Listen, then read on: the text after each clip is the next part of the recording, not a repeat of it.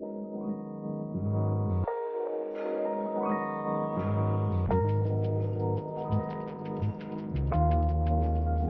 you know what we're here for? Equal parts. Oh my gosh. Illegal. Help! Help! I'm being repressed! That's too much, man! Come on! What? Not gonna do it. Wouldn't be prudent at this juncture. It's a bold strategy, Cotton. Let's see if it pays off for them. In the Ice Age, how much taxes did people pay?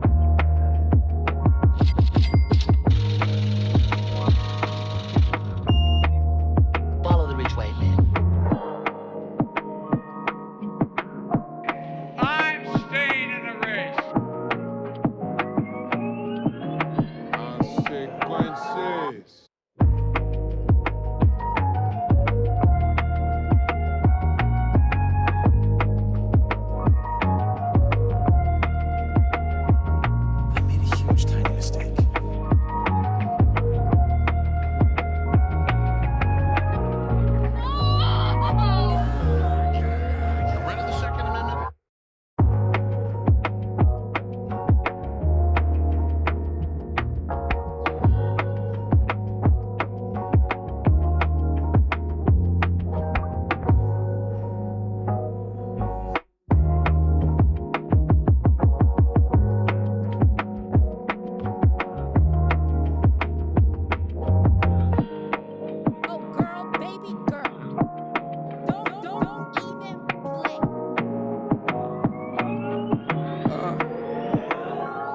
Your name, please?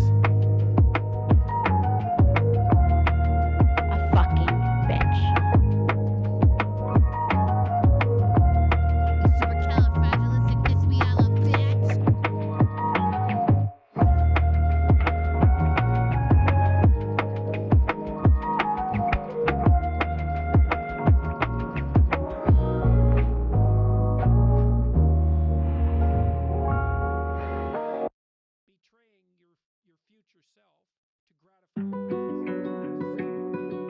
There's no point in you betraying your future self to gratify your present self. It's a stupid game.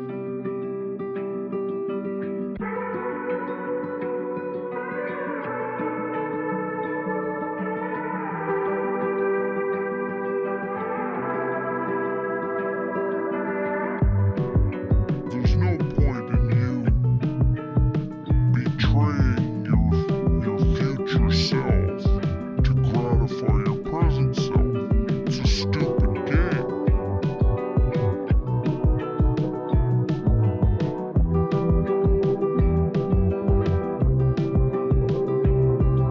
When I go into the dry cleaner, that dry cleaning place becomes holy.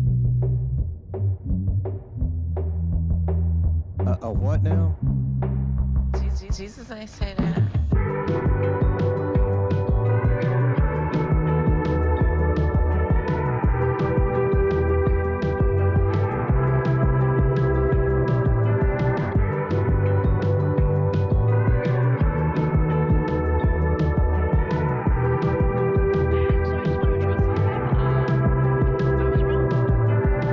Well, first of all, some of the things that I say will be incorrect.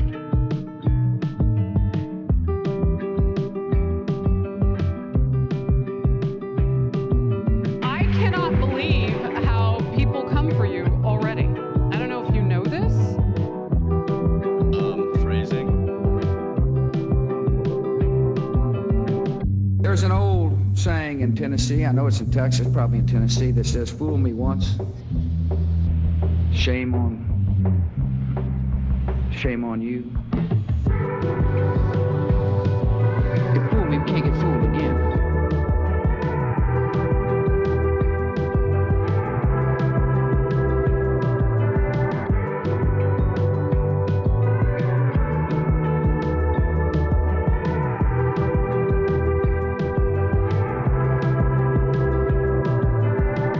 Oh, it never occurred to me. Interesting. Just crazy enough to work. Yeah.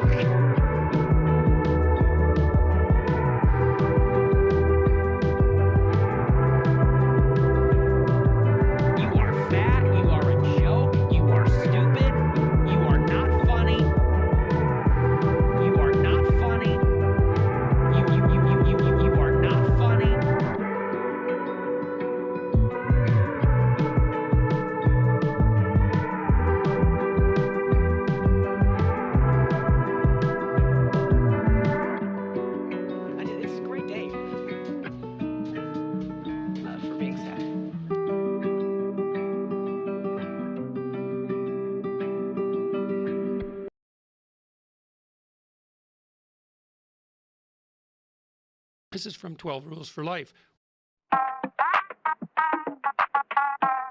I don't want reality. Cyclone Cheetah. It's science. Right now.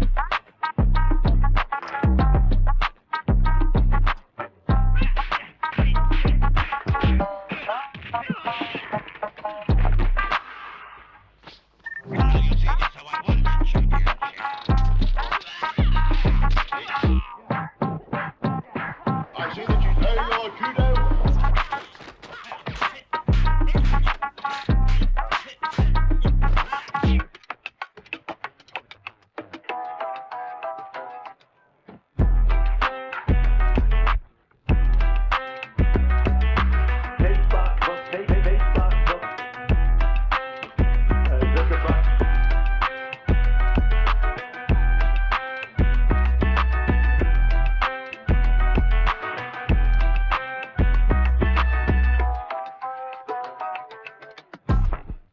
Winter is coming.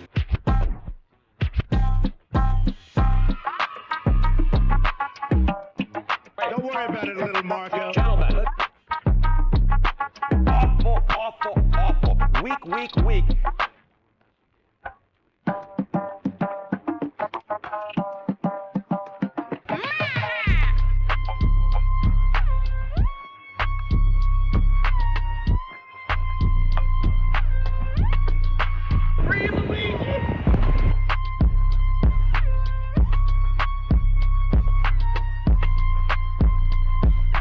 Precision of language. Please. Welcome to the Resistance.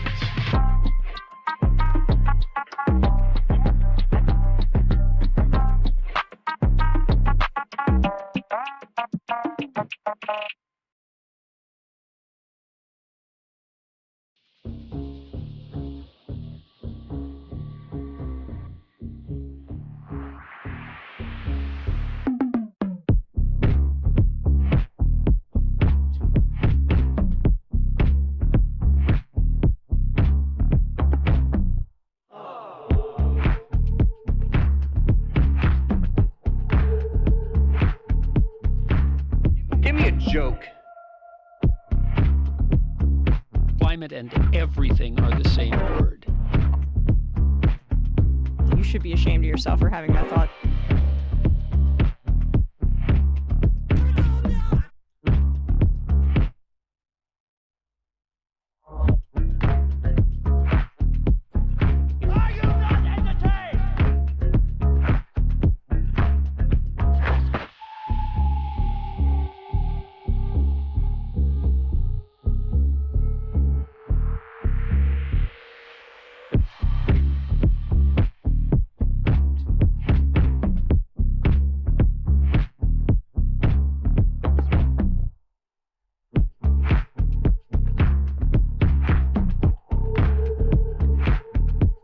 He looks good, and he looks hard.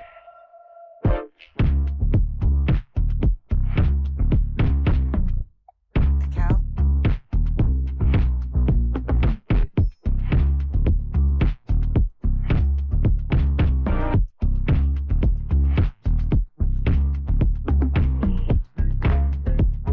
China?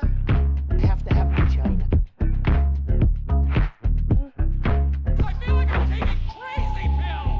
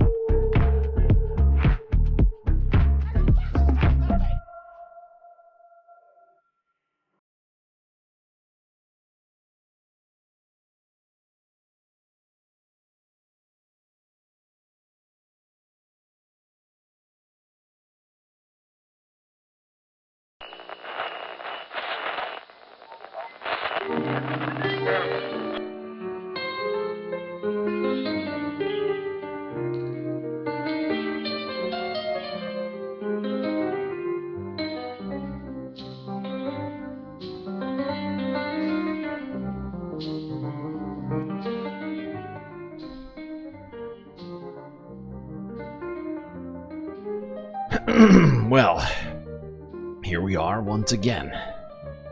Floating somewhere between Earth and space, just trying to figure it all out.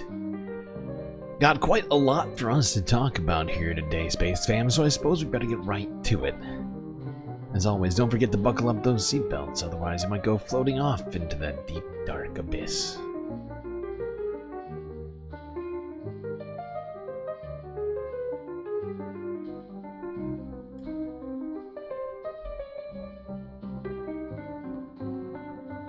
Well, good to see all of you folks here today on this hump day midweek report. Catch up what's happened already this week. It's been busy. It's been a very busy week. In all sorts of ways. Trump team doing a strategy dinner, or are they? Well, supposedly, right now, there may be some kind of powwow happening amidst the Trump team, trying to figure out how to solve this Epstein messaging debacle they seem to be having. Other revelations, ICE stuff to talk of. ICE still doing things apparently. Tesla approving a 96 million share award to its CEO Elon Musk. Other tech news. The Earth is on fire. Also, write that down. California. Blazes raging across California. Not just there though. Utah, Arizona still going. Colorado. As well as a massive blaze in France as well. In other news, Donald Trump levying tariffs, continuing to levy more and more tariffs as Re-Liberation Day 2.0 approaches. Because there was some amount of time confusion, but I believe by tomorrow, all of the Re-Liberation Day tariffs will be taking effect. And much, much more. Let's start in the United States. Before we get to anything, Epstein or otherwise, I figure we should start off with this. Donald Trump asked a question about who his logical successor would be. Let's see what he had to say. Do you agree that the heir apparent to MAGA is J.D. Vance? Well, I think most likely, in all fairness, he's the vice president. I think Marco is also somebody that maybe would get together with J.D. in some form. Don't worry about it, little Marco. I also think we have incredible people, some of the people on the stage right here. So it's too early, obviously, to talk about it, but certainly he's doing a great job, and he would... A lot of great people here, too. I don't know. I see some people here in front of me. I don't know their names, but they could be good. I'm not going to get ahead of myself here, but yes, JD, it could be #1. But little Marco, though, don't forget about him. He's doing a great job. Great job, little Marco. Don't worry about it. Don't worry about it, little Marco. Gentlemen. But I love those two responses from Donald Trump. Little Marco and JD Couch Vance. Those guys. Couple of the most unlikable people on the planet. If they are the heirs apparent of the Republican, what do you want to call it, apparatus, at least the future looks bright.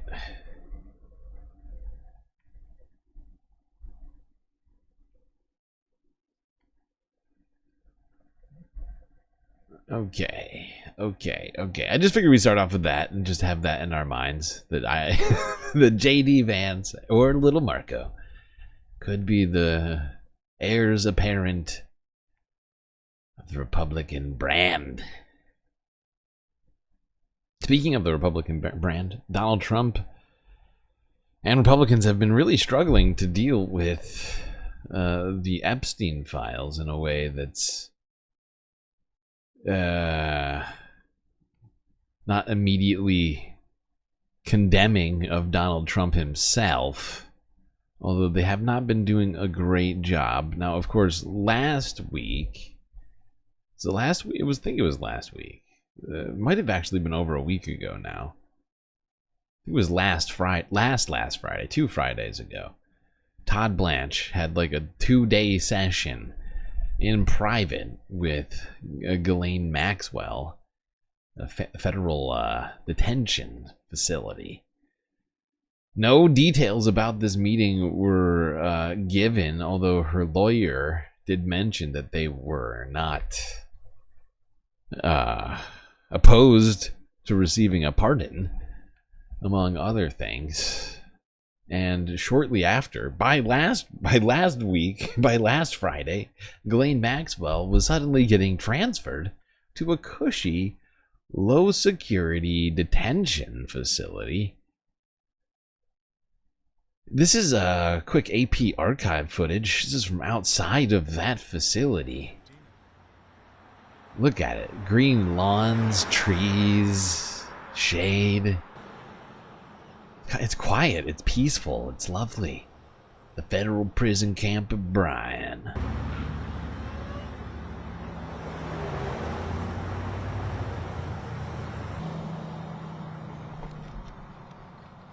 People walking around the yard.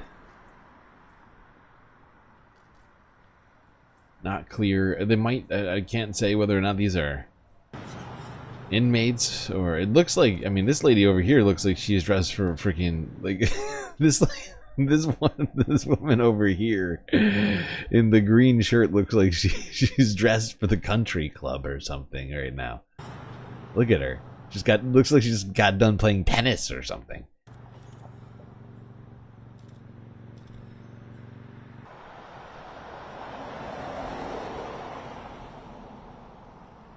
Supposedly there are sporting facilities to some degree at this detention facility.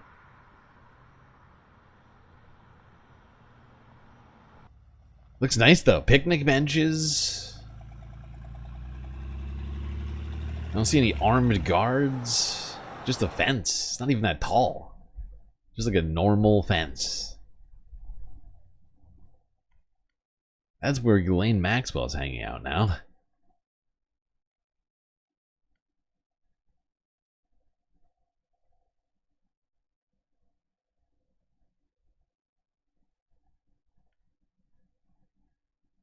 Your family doesn't believe in tennis. You call it giant ping pong. Wow. Wow. Wow. Jokes. The guy's got jokes over here. Alright. Let's see. Let's go here. I'm gonna cover the last couple of days. Starting here. Let's talk about one of the things the Trump administration has been doing to, in fact, distract from talking about the Epstein files.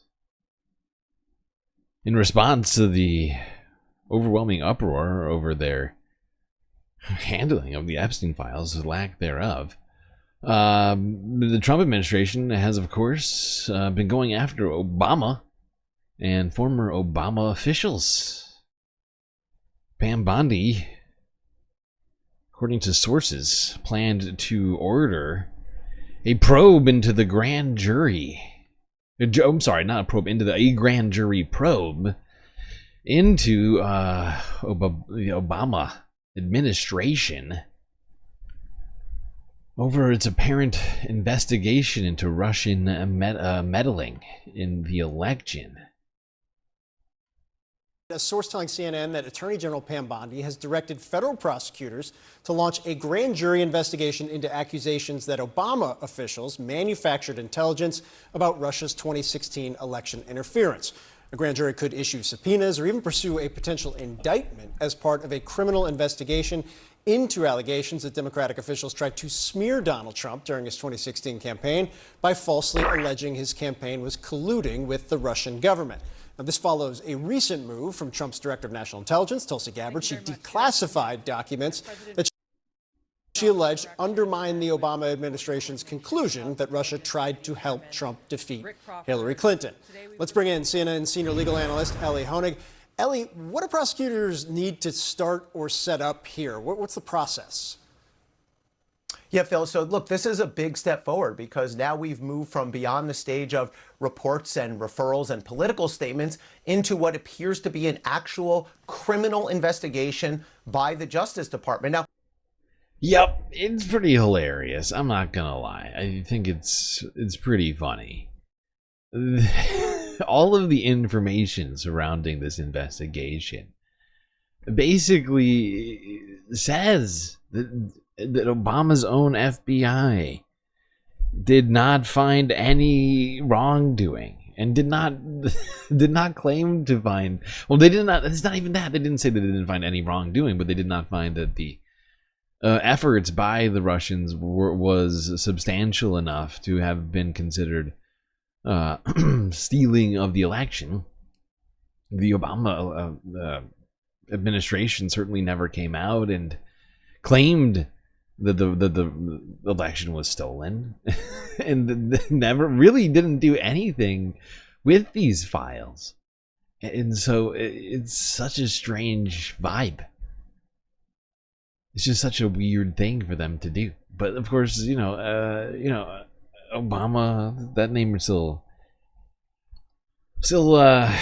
goes places with the Republicans. You know, you bring up Obama, some grandpa's gonna start talking about Obama for like an hour and bother everybody nearby.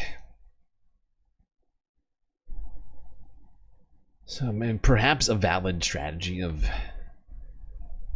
obfuscating and directing attention in another place by the Trump administration.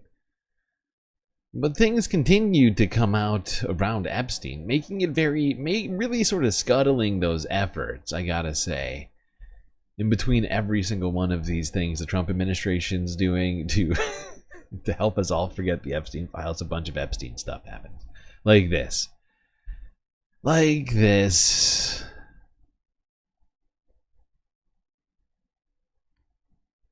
Jeffrey Epstein's victims speaking out tonight, one of them accusing the DOJ of protecting quote-unquote wealthy men, and another one demanding all of the Epstein files be released. Paula Reed is out front. And Paula, what more are these victims saying tonight? They're now choosing to speak out.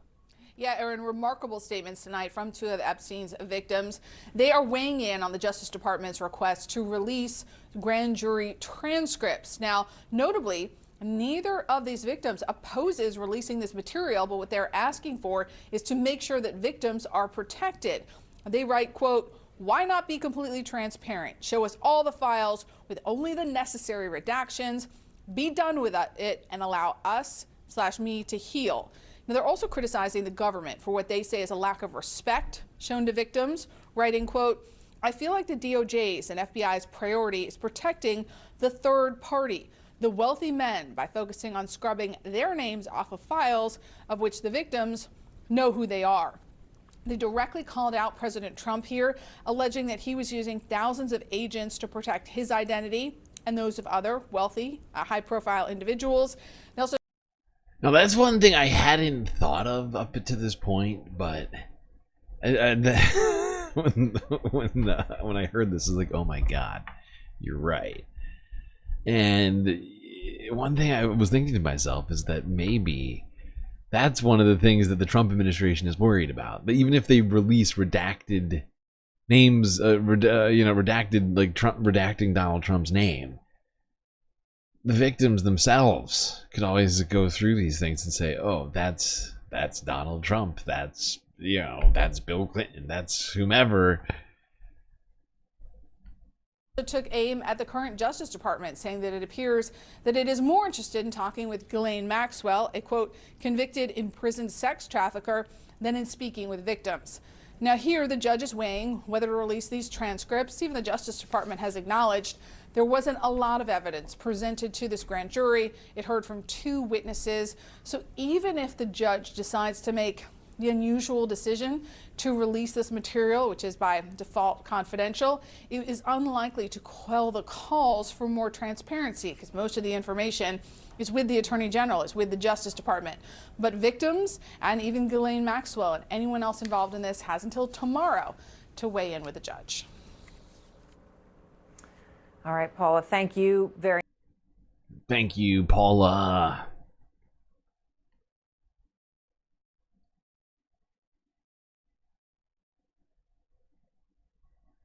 It's a wonder that Donald Trump hasn't offered to have the offender's name scrubbed for money. Yeah, actually, you're right. That shows a lot of restraint from Donald Trump.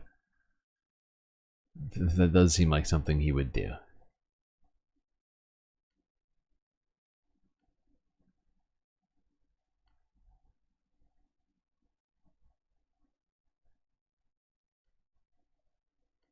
Joined Democrats on the House Oversight Committee to subpoena the DOJ to release all the Epstein files. But here's the thing. You might say, okay, well, that was 3 weeks ago, so where are the files? It's a good question. The Republican chairman of the committee still has not issued that subpoena, even though he'd agreed to do so. So back with me now is Democratic Congressman Robert Garcia of California, top Democrat on the Oversight Committee. And Congressman, obviously you and I spoke, 10 days ago, 11 days ago. James Comer, Republican chairman of your committee, had said he was going to move quickly on that subpoena. And I know you had a good faith conversation, right? He'd agreed to do it. And you said, but you're going to hold him to it. So do you know what's going on here? We're in very close contact. We just spoke actually last Friday, and we think that we are likely a day or two away, a couple days here from the subpoena release. We've seen and gone back and forth on some of the language. We've had discussions about getting this out as fast as possible. Now, look, we think it should have already been out and issued. We put that pressure on. We also know that James Comer has been very clear that it's going to be sent out. They're essentially almost there, and so we are taking him by his word. But the clock is ticking, so we hopefully are days away from this release. And he's very aware that this needs to happen immediately. Immediately, if not sooner. Well, there you go. Epstein victims accusing Donald Trump's DOJ of protecting wealthy men. Shock. Follow the rich white man. Shocking. No one, absolutely no one is shocked about that. All right, maybe some people are shocked about that, but they're probably not in this chat right now. And Democrats and some Republicans pushing more in their spare time right now for the release of the Epstein files. Now, of course, they cannot do anything about releasing jack shit because the Congress is on recess until September. And one thing I have been thinking is I think by the end of this recess, they will have managed to, what's the word? Scuttle any of their intentions here of because Mike Johnson called it. He called it early. He was like, you know what, fuck it, let's go on break. And then people continued to talk about this, and the fact is, since they can't do anything, they just look like they're not doing anything. I wonder, because here's the thing I'm wondering to myself: how many people actually know that they're on recess right now?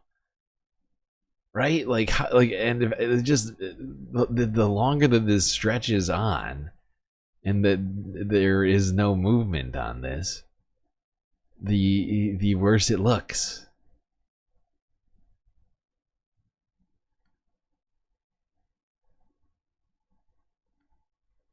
Now, speaking of the things that look bad, we've been talking about this Todd Blanche Ghislaine Maxwell meeting, which happened over the course of 2 days. Of course, Todd Blanche being Donald Trump's former personal attorney until he was made deputy AG a few months ago.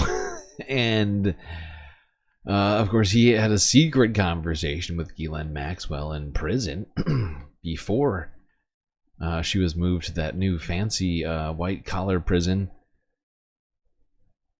And now, apparently, according to sources CNN has, the DOJ is considering releasing portions of that interview's transcript. Perhaps the portions that say Donald Trump did nothing wrong. I did everything right and they indicted me. Let's talk more about this. Quote, Jeffrey Epstein is dead. Ghislaine Maxwell is not. End quote. That is how Ghislaine Maxwell's opening her argument against the Trump administration's push to unseal some of the grand jury transcripts. In a new filing today, her attorneys write this, quote, whatever interest the public may have in Epstein, that interest cannot justify a broad intrusion into grand jury secrecy in a case where the defendant is alive, her legal options are viable, and her due process rights remain, end quote. Maxwell is appealing her sex trafficking conviction and has asked the Supreme Court to take her case. She argues that releasing this grand jury information, which she hasn't even seen, could prejudice a potential retrial. As that happens, the Justice Department is weighing releasing a transcript of the interview that they conducted with the former Epstein accomplice last month. Senior administration sources telling CNN that some within the White House worry that releasing a transcript would cause this story to once again dominate headlines. That seems fair. That seems like a fair point. This morning, the House Oversight Committee issued a subpoena to That is funny. That is a good one. Releasing the transcript might cause people to talk about the transcript. Yes, that's a good point. That's a good point. That might happen. That is a strong point. DOJ for all of its files related to Epstein, and it sent nearly a dozen other subpoenas to individuals for closed-door depositions beginning this month. On that list, both Democrats and Republicans, including Bill and Hillary Clinton, James Comey, Robert Mueller, Bill Barr, Jeff Sessions, and others. Nice. Our panel is going to be here Bill Barr to weigh in, and we're going to get started with CNN Chief Legal Affairs correspondent Paula Reed and CNN Senior White House correspondent Kristen Holmes. Kristen, let me start with you. You and Paula have been reporting on the Trump administration's internal debate about whether they're going to release this transcript of Maxwell's interview. Again, this was with the Deputy Attorney General, Todd Blanche. Can you take us inside the White House's thinking here? Yeah, Casey, I mean, this is coming at a time where the White House has been under intense scrutiny, not just by Democrats, not just by Republicans, but even some of Trump's most staunch allies have been pushing back, saying that there's been a lack of transparency when it comes to the issue of Epstein, when it comes to the document release in the Epstein case. So this would give these White House officials, this would give the White House some kind of credence, and this is what I'm being told by people in the inside, to say that we are being transparent, that we're going to release this transcript, we're going to release potentially snippets of audio from this lengthy interview. We are told we might release snippets of audio. Well, I love that. It doesn't seem at all sketchy. We're not going to release the whole thing. We're going to release an edited transcript and some snippets of audio. That doesn't seem that. Why does that seem shady to you? That's ridiculous. Really, though, it seems incredibly, just wildly shady. Honestly, like, it will just call it more and more into question. Knowing all of the dedicated Epstein theorists out there, releasing snippets of things never goes well. never gonna go well in that group of people. Not at all. Might as well just release nothing. Releasing snippets is just going to cause more problems than it solves.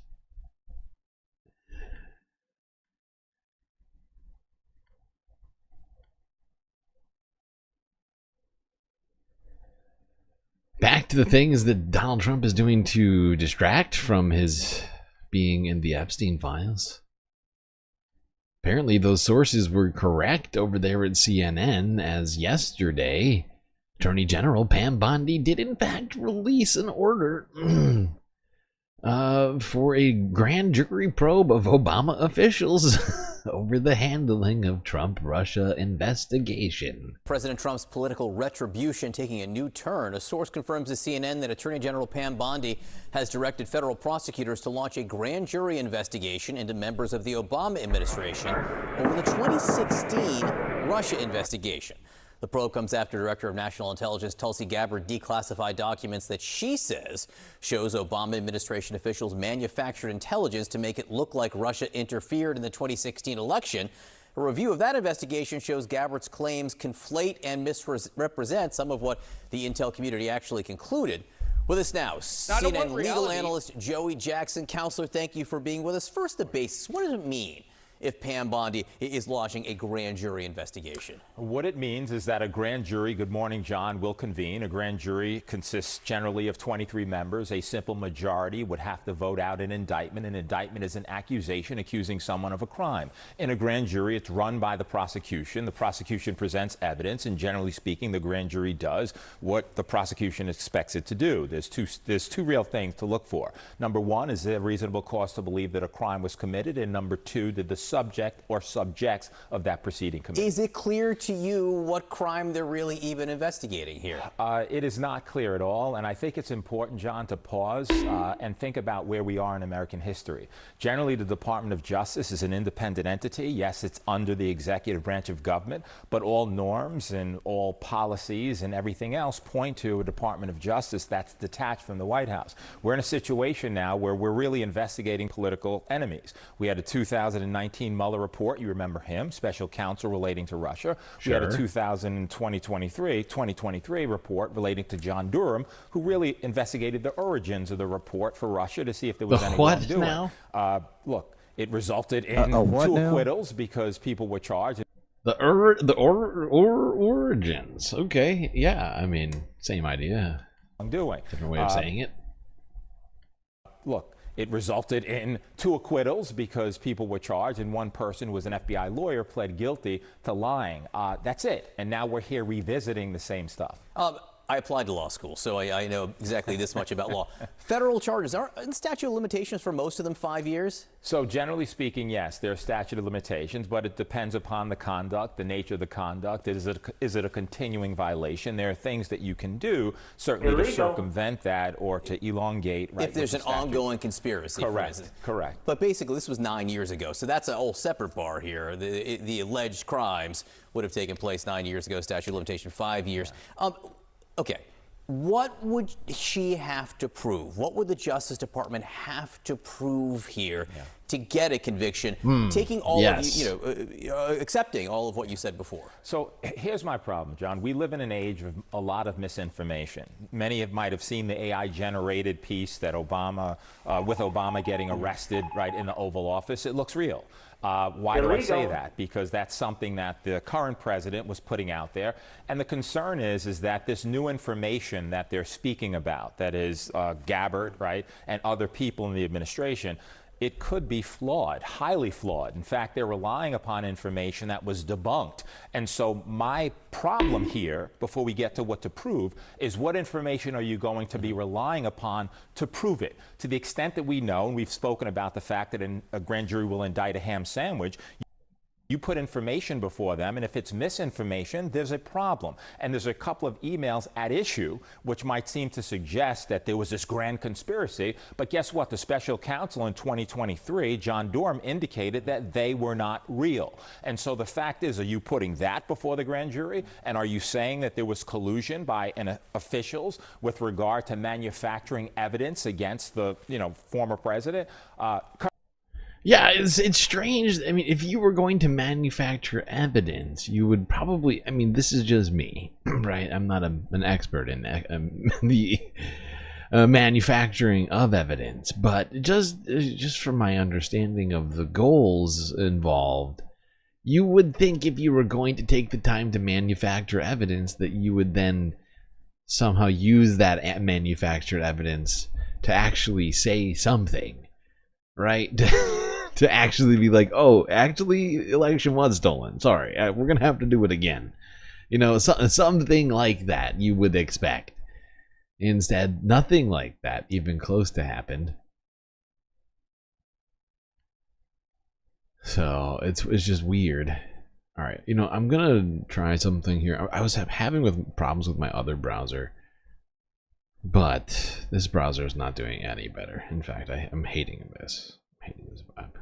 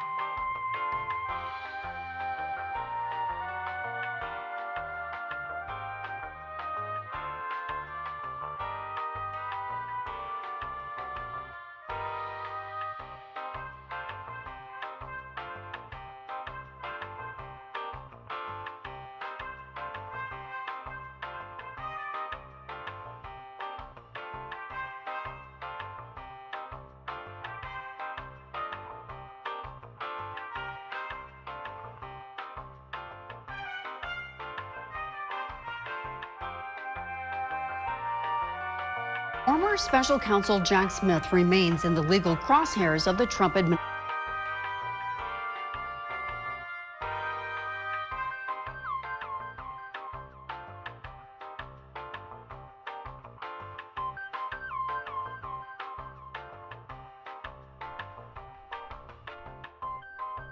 Okay, we're back. Now let's go here to NBC Montana, continue to talk about the Trump administration's efforts to punish anyone who ever investigated him or anything even tangentially related to Donald Trump. Let's go here. Yeah, Jack Smith under fire, under investigation. Former special counsel Jack Smith remains in the legal crosshairs of the Trump administration. It appears to be part of a larger effort to try to paint a picture of a weaponized Washington. But will that effort be successful? Here's national correspondent Christine Frizzau.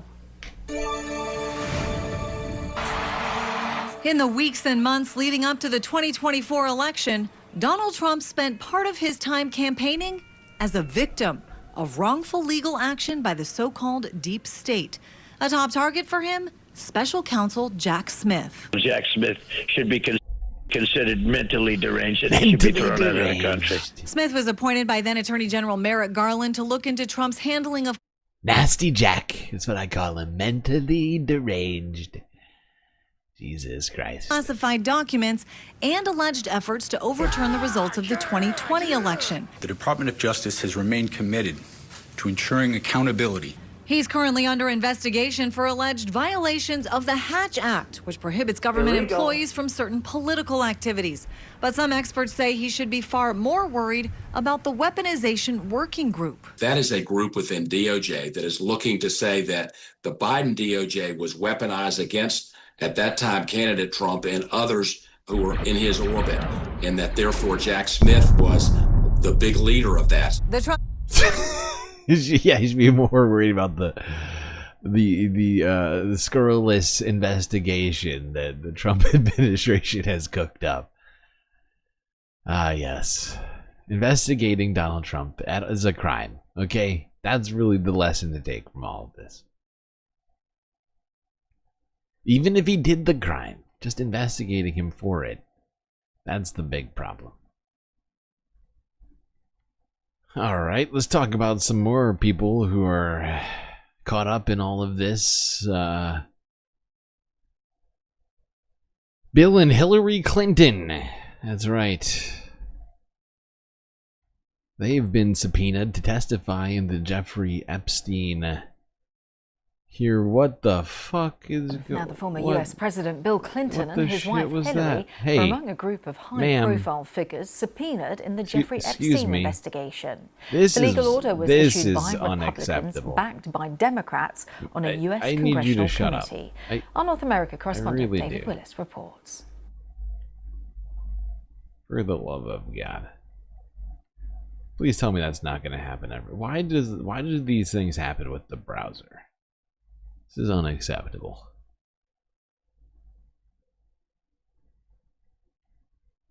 I may have too hastily switched browsers. This is a fucking nightmare.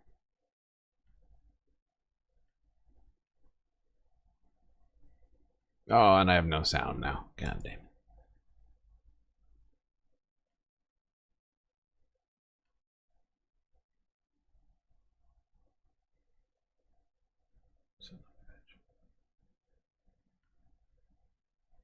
Oh, you are killing me.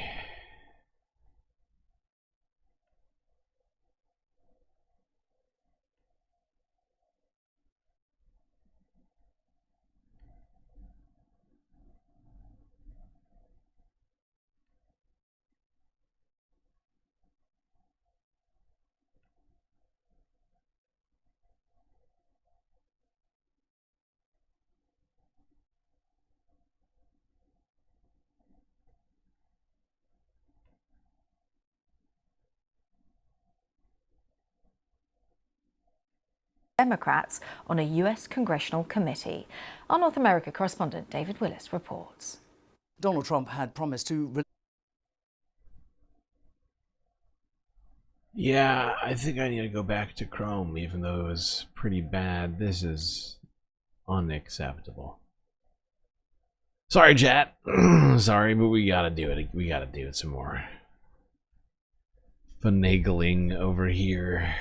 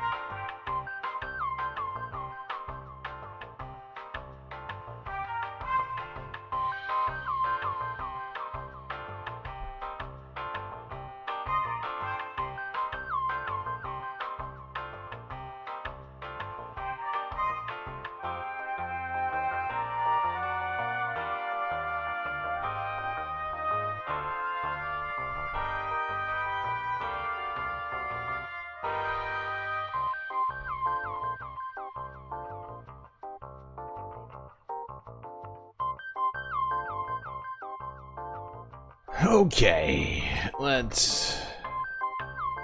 Now, the former US President Bill Clinton and his wife Hillary are among a group of high-profile figures subpoenaed in the Jeffrey Epstein investigation.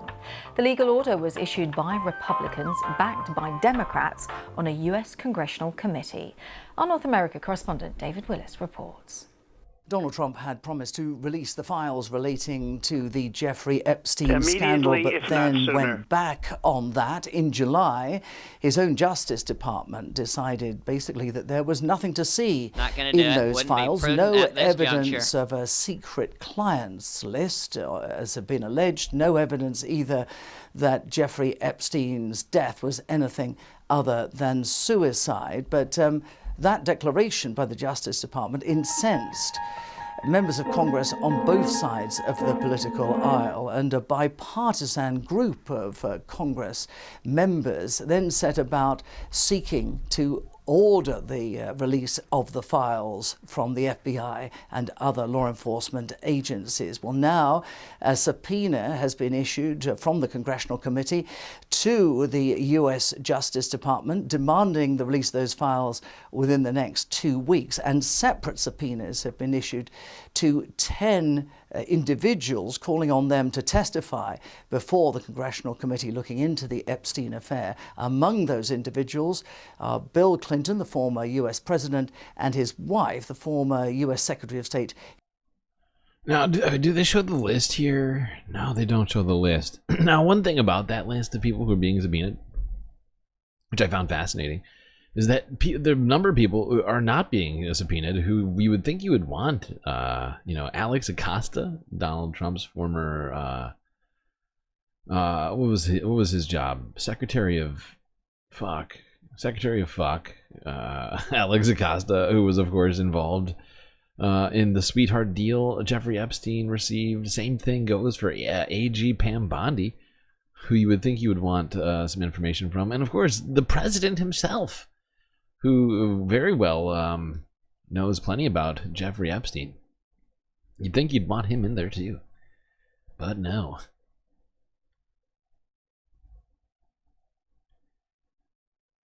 All right, let's go to this.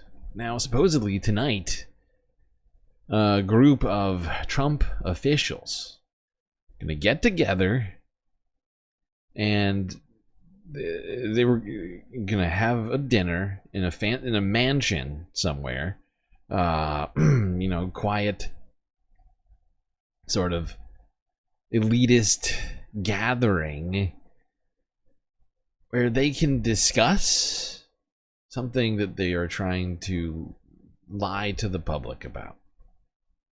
Right? That's the plan. That's the plan. All the Trump officials gonna get together. And what do you call it when you get together, a bunch of elite and powerful people get together, go to some fancy mansion, you start discussing worldly affairs and how you trick. Oh, a conspiracy. That's right. So yeah, in a conspiratorial plan, Republicans having a not even Republicans, really this is Trump. This is the Trump team getting together, trying to solve. Well, actually, no. If I recall correctly, Mike Johnson's in there. He's not at the White House. So yeah, it is Republicans and Trump. Everybody getting together, having a little powwow about how to deal with this Epstein debacle. We have some new CNN reporting breaking overnight on the controversy that simply will not go away for President Trump, and that's the Jeffrey Epstein investigation. Sources telling CNN top administration officials will gather tonight at Vice President J.D. Vance's official residence for a strategy session. And the goal, we're told, is to form a unified response to the Epstein situation. Now expected to attend the dinner with the Vice President, White House Chief of Staff Susie Wiles, Attorney General Pam Bondi, FBI Director Kash Patel, and Deputy Attorney General Todd Blanche. Now you'll remember Blanche held a lengthy interview last month with Epstein accomplice Ghislaine Maxwell, who was convicted to conspiring with Epstein to sexually abuse minors. We now know there are audio recordings and a transcript of that interview.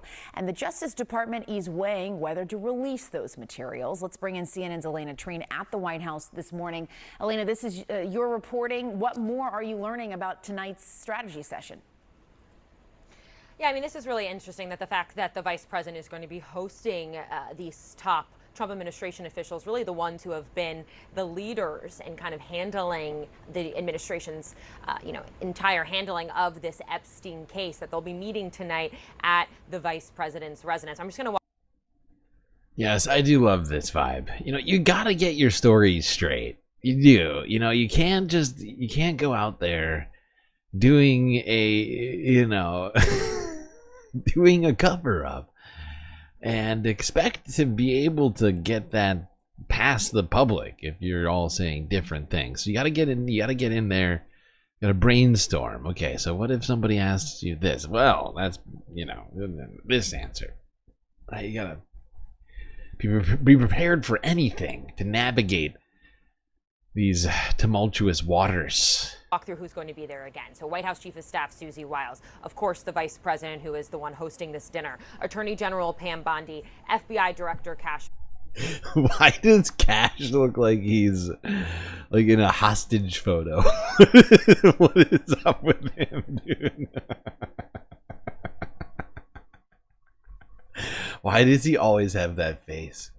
Patel and Deputy Attorney General Todd Blanche. And as you mentioned, Jessica, it's not just about strategizing over, what is going to come, the administration's posture on all of this, but also trying to present a united front, because we have seen some divisions within the Trump administration and between really the White House and the Justice Department as well on how all of this has been handled. Now, this meeting comes, as we broke yesterday as well, that we know that there was an audio recording made when Blanche went to Florida to sit down and interview Ghislaine Maxwell, of course, a Jeffrey Epstein associate, someone who's been convicted for sex trafficking and other crimes relating to him. Illegal. He interviewed her for more than 10 hours, I'm told. And now the Trump administration, and specifically the Justice Department, is going through digitizing that audio, transcribing it, redacting portions of it. And there's really a question of if, and more so when, they will release that publicly. When I talked to some officials here at the White House, they said that it could be as early as this week that they publish that information. Now, all of this as well is coming as we're hearing that behind the scenes. Could be this week, maybe 2 weeks, 2-3 weeks, maybe we'll get it. Okay, don't worry. This is gonna be a very above board dinner that we're having. It's gonna be very normal. No reason to ask about why we're having a dinner. It's a totally normal dinner. Totally normal, non-conspiratorial dinner meeting. Definitely not a cover-up. Totally normal.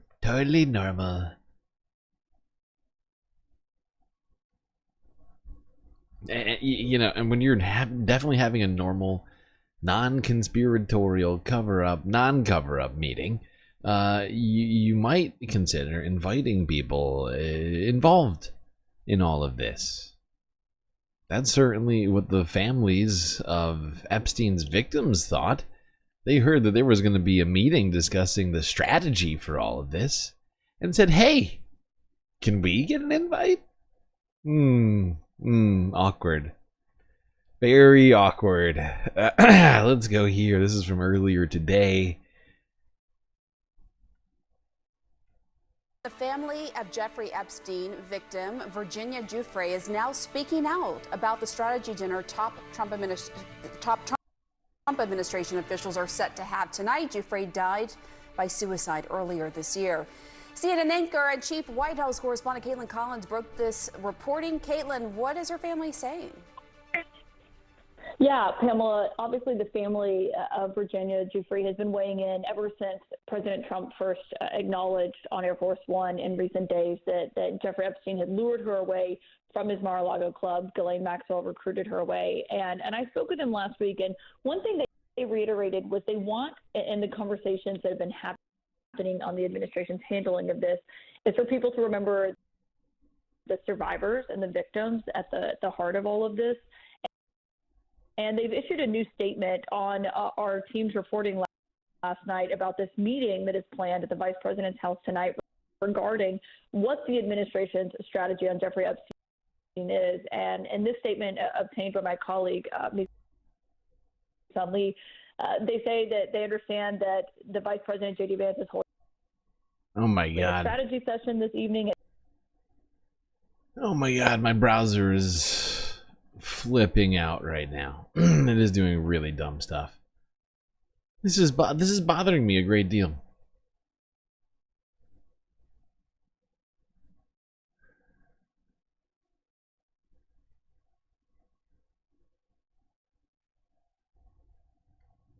His residence, they say, quote, missing from this group is, of course, any survivor of the vicious crimes of convicted perjurer and sex trafficker Ghislaine Maxwell and Jeffrey Epstein.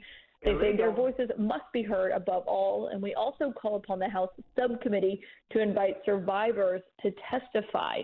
Now, that last is notable because also we've seen how House Republicans have been handling this, calling on the DOJ to release the Epstein documents with a subpoena coming out from the House Oversight Chair James Comer yesterday. They are just saying essentially that in the terms of how the administration is handling this and also how Congress is handling this, that, you know, what is important to listen to here are the survivors and are the victims and all. Yeah, I found this to be a fascinating development amidst this this plan to have a strategy dinner around messaging. Like, all right, how do we get people to shut up about the Epstein files meeting, basically, which the Trump team was putting together, and then to have the families of the victims come out and be like, hey, can we come to the meeting? It just feels like this horrible, horrible, it just makes it just like it's already an atrocity, but you add in that detail to it, and it really drives it home just how perverse it is that they are trying their very best to cover their asses over this Epstein file situation. Has real effects on real people. I can't forget that.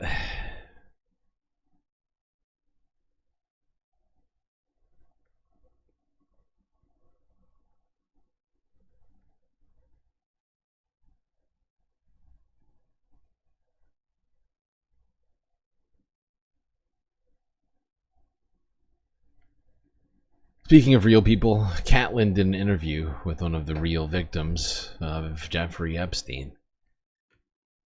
And the same... We'll see if we get any response from the administration on this. Caitlin, thank you so much. My next guest is one of the hundreds of women who survived Jeffrey Epstein's abuse, I should note. On a serious note, Jess Michaels was living in New York and working as a professional dancer in the early 90s when she says that Epstein raped her when she was 22 years old. She's now an advocate for survivors and also the founder of 3 Joannes, a resource for sexual assault first aid. And she joins me now. And it's so great to have you here because I understand that you never met Ghislaine Maxwell, which I think is an important point as we talk about kind of what the next steps are for the Justice Department. But I just wonder, with your experience and what happened, what it is like for you to watch all of this playing out in the way that it is here in Washington. So firstly, Caitlin, I just want to say thank you so much for having me on, for inviting a survivor's perspective. This is not something that is happening nearly enough. What is most excruciating to me, besides all of the physical symptoms of post-traumatic stress disorder that are being revisited by not just Epstein survivors, but every survivor out there right now that feels unsafe because of what's happening. What I think is really important to note, and this is only my opinion, is I'm seeing the normalization and decriminalization of sexual assault, rape, and pedophilia and sex trafficking. Illegal. That's how it feels. And is that because of how people are treating Ghislaine Maxwell, or just what do you attribute that to? I attribute it to the election of someone that has 28 accusers and is an adjudicated rapist. The cabinet members that all have accusations against them and no one is batting an eye. No one is flinched. No one has done anything about it or said anything about it. It's just been accepted. We're being desensitized to the idea that sexual assault is not that big of a deal. It is the lack of an investigation into these Epstein files. There are survivors that have been sharing their story for decades. Exactly. And this is not the only thing the Trump administration is desensitizing us to, but certainly, I mean, just the normalization by making this man president to begin with. And you add in the way that they are dealing with all of this stuff. You know, and the fact is that the Department of Justice of the United States is actively protecting a man who is accused of being at least certainly of being involved in, sex crimes, essentially, and also of being in those files.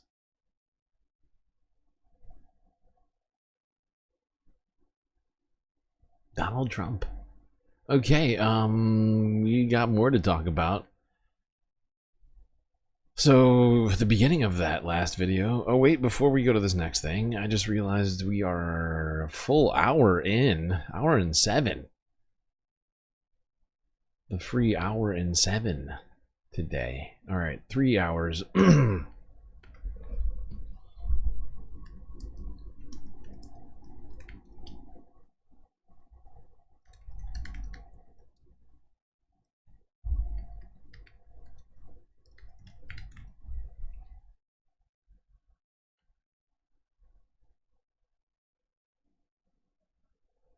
Okay, I've started a goal in the chat as we are over an hour into this stream. And I must start the goal, but there we go, it's already going. You can donate, Cash App, PayPal as well. Super chats, super stickers, and memberships will all count towards the goal. Alright, now let's stay on the Epstein files situation. What's fascinating about this most recent situation, this Epstein strategy dinner, which the White House themselves told everybody about. Once everybody heard about the meeting, they started talking about it. And now all of a sudden, that meeting is in flux. It's like, oh, wait, oh, this looks bad. Oh, it looks like we are somehow conspiring to cover up the Epstein files. Maybe we won't do it. Top Trump officials were set to attend a dinner at the vice president's residence at the Naval Observatory this evening. On the menu, a strategy discussion on how to handle fallout from the administration's own handling of the Epstein files. Now, after intense coverage, officials tell CNN that the dinner is now in flux. In fact, some people in the Trump administration say this dinner was never actually going to happen. Now, we stand by the story here at CNN. Either way, we don't know whether it's ultimately going to be called off or moved to another location, rescheduled. In any case, as we noted, Vance's office denied such a meeting was taking place. The expected attendees, we've been reporting here at CNN, Vice President J.D. Vance, White House Chief of Staff Susie Wiles, Attorney General Pam Bondi, FBI Director Kash Patel, and Deputy Attorney General Todd Blanche, who recently conducted a 2-day interview with Epstein accomplice and convicted sex trafficker Ghislaine Maxwell. Now, those interviews would be... Am I the only person that when you see a picture of J.D. Vance, all you can think of is the meme photo of J.D. Vance? It's all I can, whenever I see, it's all I can think of now.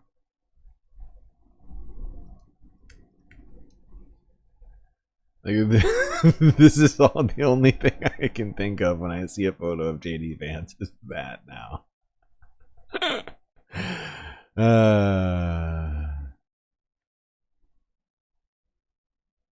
It's literally impossible to do it, to not do it. Convicted sex trafficker Ghislaine Maxwell. Now, those interviews would be a major talking point as the administration weighs whether to release an audio recording and transcript of Blanche's meetings with Ghislaine Maxwell. A senior Trump official tells CNN that there are more than 10 hours of audio. 3 sources tell us there have also been discussions around Todd Blanche possibly holding a news conference or doing a high-profile interview about this topic, perhaps with podcaster Joe Rogan, who has been highly critical of the administration's handling of the Epstein case. A reminder that not all of these Trump officials have seen eye to eye on every one of these agenda items. Let's just say if the dinner happens, hopefully Susie Wiles would be a buffer sitting between Pam Bondi and Kash Patel. One official tells CNN that some in the White House worry that making the Maxwell interview details public would just further revive the Epstein controversy. So regardless of whether or not a strategy dinner happens, this does seem like a good opportunity for we here at The Lead to try to give the attendees something else to chew on. Okay, all right, we don't need the rest of this. I forgot about where this goes with all this.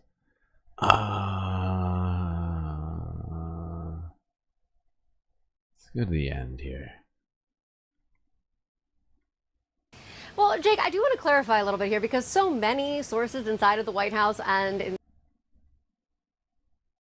inside of Vice President Vance's orbit had told us that this meeting existed. And no one is actually denying that they were going to have dinner tonight. What they're denying is that there was a meeting set to talk about Epstein's strategy. They are being very careful with how they parse these words. And because of the coverage, because of the fact that there was so much focus on the Epstein portion of this meeting or of this dinner, that is why it is now in flux. They are trying to figure out if they want to move it, do they want to cancel it altogether. But let's look at the facts here. Let's talk about who is going to be at this dinner. You have Susie Wiles, the chief of staff. You have Vice President J.D. Vance. You have the head of the FBI, Kash Patel, and you have the Attorney General, Pam Bondi. The last time we...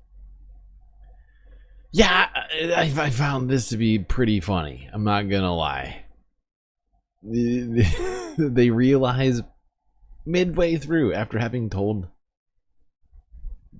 the press, everybody on the planet, they were gonna have this Epstein strategy meeting. When it somehow filters through that it looks real bad, they're like, "Oh, actually, we were kidding about that. Forget that meeting. We were." He thought that was he thought we were being serious. That's funny. Not going to do it. Wouldn't be prudent at this juncture. All right, let's go here to Donald Trump himself. Had some things to say about the Epstein files. Trump losing his cool over Epstein. When asked about CNN's reporting that Vice President J.D. Vance was planning to hold a strategy session tonight on Jeffrey Epstein damage control, here's what the President of the United States said. Look, the whole thing is a hoax. It's put out by the Democrats because we've had the most successful 6 months in the history of our country. And that's just a way of trying to divert attention to something that's total bullshit. It's bullshit and it's a hoax. Those are the exact words that he just used there. Of course, the Jeffrey Epstein situation is not bullshit or a hoax, right? There are thousands of girls who were sexually assaulted and abused while underage. That's not BS or a hoax, and that's not partisan, right? You can say that as a Democrat, you say that as a Republican, and certainly as the MAGA base, which has not let up on this issue tonight. And it comes as J.D. Vance appears to be taking on a central role when it comes to the Epstein investigation.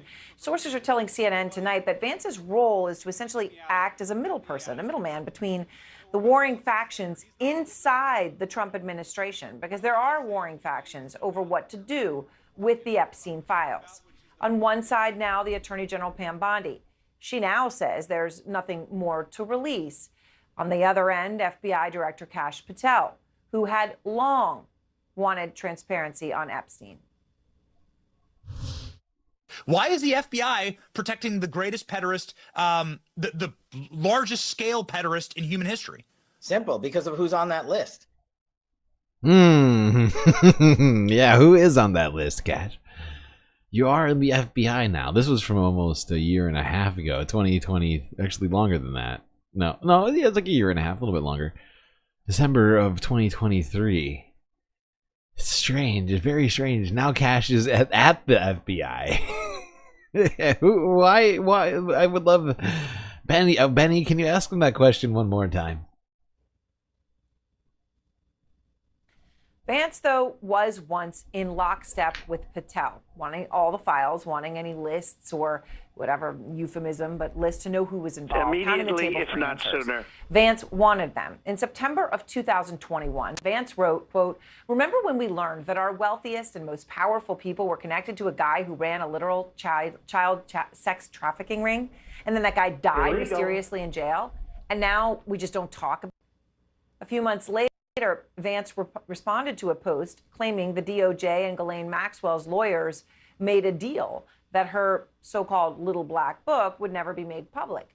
To that, Vance responded, I quote again, "What possible interest would the U.S. government have in keeping Epstein's clients secret?" Oh. And here he is last year, speaking to right-wing podcaster Theo Von. Seriously, we need to release the Epstein list. That is an important thing. It is important. Well, it would be important. Now, though, Vance has very little to say publicly about Epstein. Occasionally has tossed some red meat at the MAGA base by blaming the media for Epstein reporting, specifically the Wall Street Journal when they had that birthday book. In fact, Vance's tune, other than being quiet, has changed so much when he has said something that Theo Von has called Vance out. Theo Von actually reposted a clip of that interview with Vance and added, quote, "Yeah, what changed?" And that is a question that many are asking, including Epstein's victims. And it's not a great sign. It's not a great sign when Theo Von is like, dude, are you lying right now? Like, what? Oh man, bro, like, it's like totally weird. Man, it's like, first you said you wanted a thing and now you don't want that thing. What's going on with that, man? It's rough. That's rough. when Theo Von is somehow able to figure out that you're being shady, it's a bad sign. And that is a question that many are asking, including Epstein's victims and their families, who obviously know that the Epstein allegations and underage child sex abuse is not hoax or bullshit. In fact, they are increasingly calling out Trump and the administration as they want transparency. Virginia Giuffre's family saying in a statement after Maxwell was suddenly moved to that cushy, lower security prison in a residential neighborhood right after she met with Trump's deputy attorney general, quote, "This move smacks of a cover-up. The victims deserve better." Well, the attorney for another victim, Annie Farmer, who says Epstein and Maxwell assaulted her in 1996, slammed the DOJ for lack of transparency, writing, "It smacks of a cover-up." And Alicia Arden, who claims Epstein assaulted her in 1997, telling NBC News, quote, "There's a cover-up of some kind going on." And of course, illegal. It does feel like a cover-up is underway right now. Shakespeare using their highlighted member message. So glad all is going well for you. Thanks, Shakespeare. Good to see you. Epi Mew, also with a super chat, getting the ice broken on our goal. Get well soon. Thank you.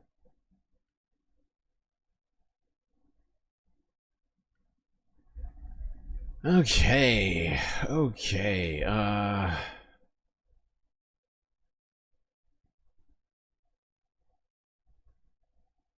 There's a lot of vibes, though. A lot of cover-up style vibes I am getting over here. Especially when you have a literal cover-up meeting and then tell everybody about it.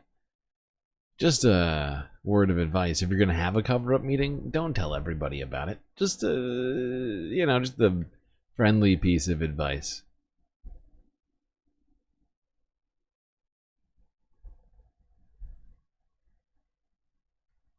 Now this broke. Well, I got this notification on my phone while the stream was going 30 minutes ago. New York Times obtains images of Jeffrey Epstein's home with photos of Trump, Elon Musk, and Bill Clinton.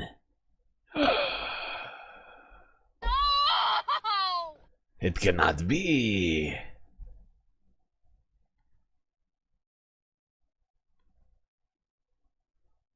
Breaking news, President Trump just moments ago saying he has not been briefed on what Jeffrey Epstein's accomplice, Ghislaine Maxwell, told Deputy Attorney General Todd Blanche during those 2 days of discussions in which we're told she mentioned 100 names.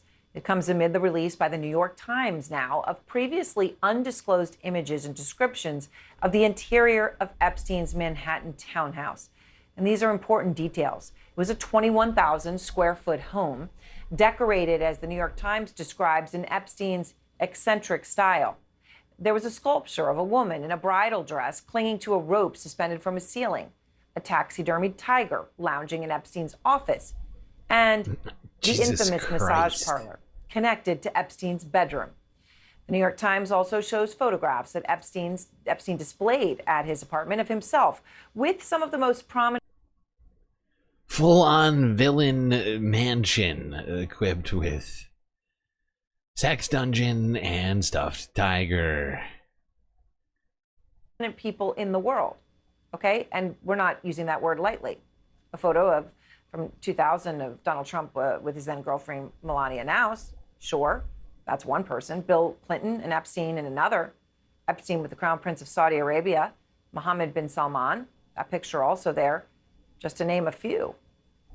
Front Now, Steve Eater, investigative reporter for the New York Times, who obtained these photographs. And Steve, it's incredible reporting. I mean, the famous people that Epstein had on display came from vastly different worlds, right? There was politics, entertainment, tech. I mentioned a few, but really only a few, because I know that you know there were others.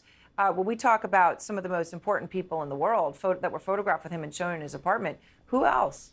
Yeah, well, first off, thanks for having us, having me here to talk about the piece.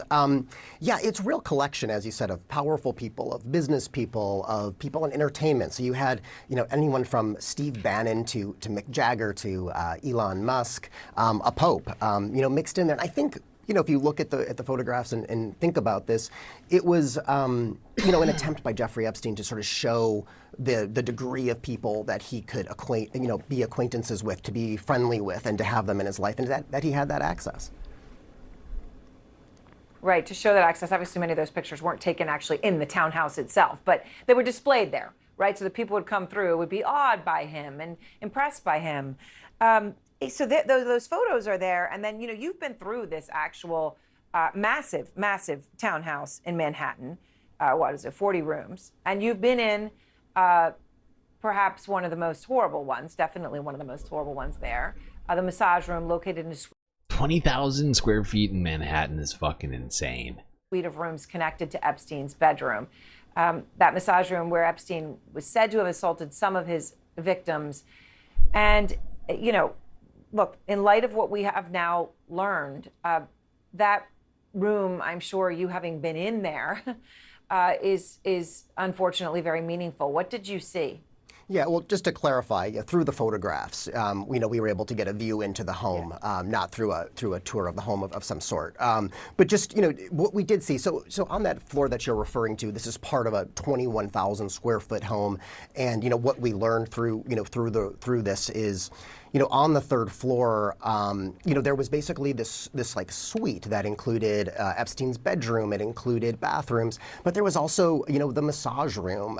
We found, through the photographs that there were multiple cameras that had been mounted in these adjoining rooms. Not necessarily that we could tell in the massage room itself, but the massage room, there were paintings of naked women. For example, a silver ball and chain were among the kinds of things that we could see that were visible.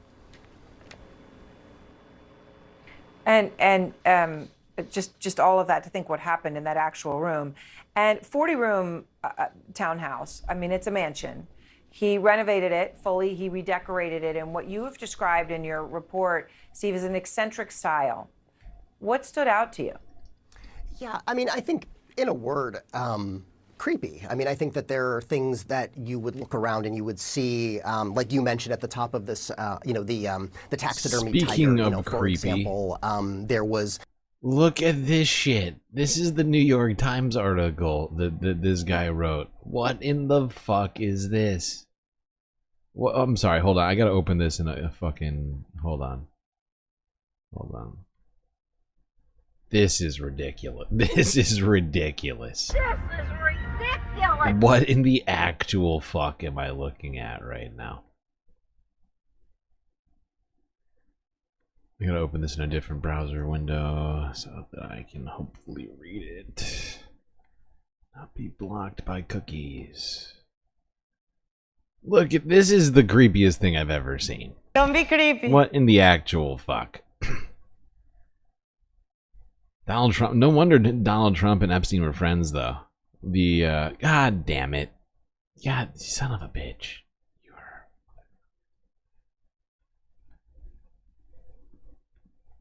They certainly have the same aesthetic, what do you call it? Predilections, I guess you might say.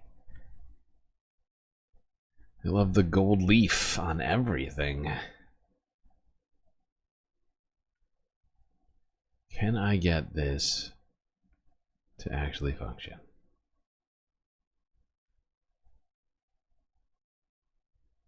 No. Don't be a dick.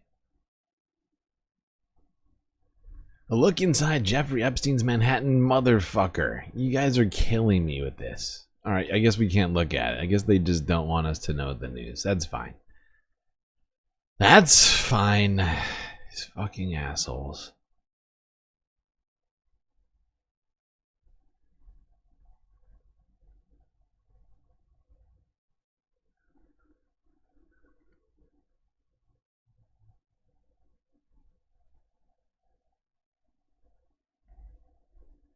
It's a terrifying piece of art. Okay, I'm sorry, people. I wanted to go through that with you, but I don't pay the New York Times for a subscription. Shocking, I'm sure everyone here.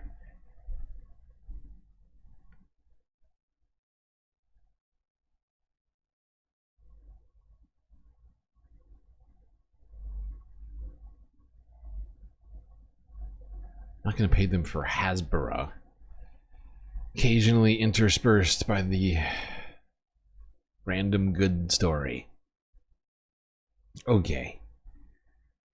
Let's move away from the Epstein files to something else that's been pretty hot right now. So hot right now. That being South Park. Their latest episode broke records. Supposedly it's their most commented ever episode in terms of online commentary. But apparently a new South Park episode will be dropping in the coming days, which will be targeting Donald Trump and ICE, Immigration and Customs Enforcement. The next episode of South Park is set to tackle immigration raids and skewer President Donald Trump again. Comedy Central released a short preview for the episode that will air on Wednesday, August 6th, that includes a group of masked armed men in black cars marked with ICE storming the streets. The preview also shows that the hit Comedy Central series will continue to mock Trump, with a shot of the president at a banquet with Satan. We want to honor the president's courage. Stop! Also, Cartman is shown at what appears to be a town hall saying this. You can just shut up, baby, because you hate America and you love abortion. The official description for the episode reads, when Mr. Mackey loses his job, he desperately tries to find a new way to make a living. In the preview, the character is shown in the back of an ice raid truck. Okay. The episode follows up the show's blockbuster 27th season return last month that went viral, thanks to its no-holds-barred skewering of Trump. It delivered nearly 6 million cross-platform viewers, marking the largest audience share for the animated comedy in 25 years. The episode also received more social media posts than any other in the show's history. The episode. There we go. Next South Park is going to be coming out, going after ICE, Kristi Noem, and Donald Trump once again. Mr. Mackey becomes an ICE agent. I mean, my God.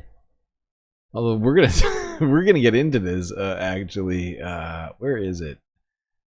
Do I have this in the right order?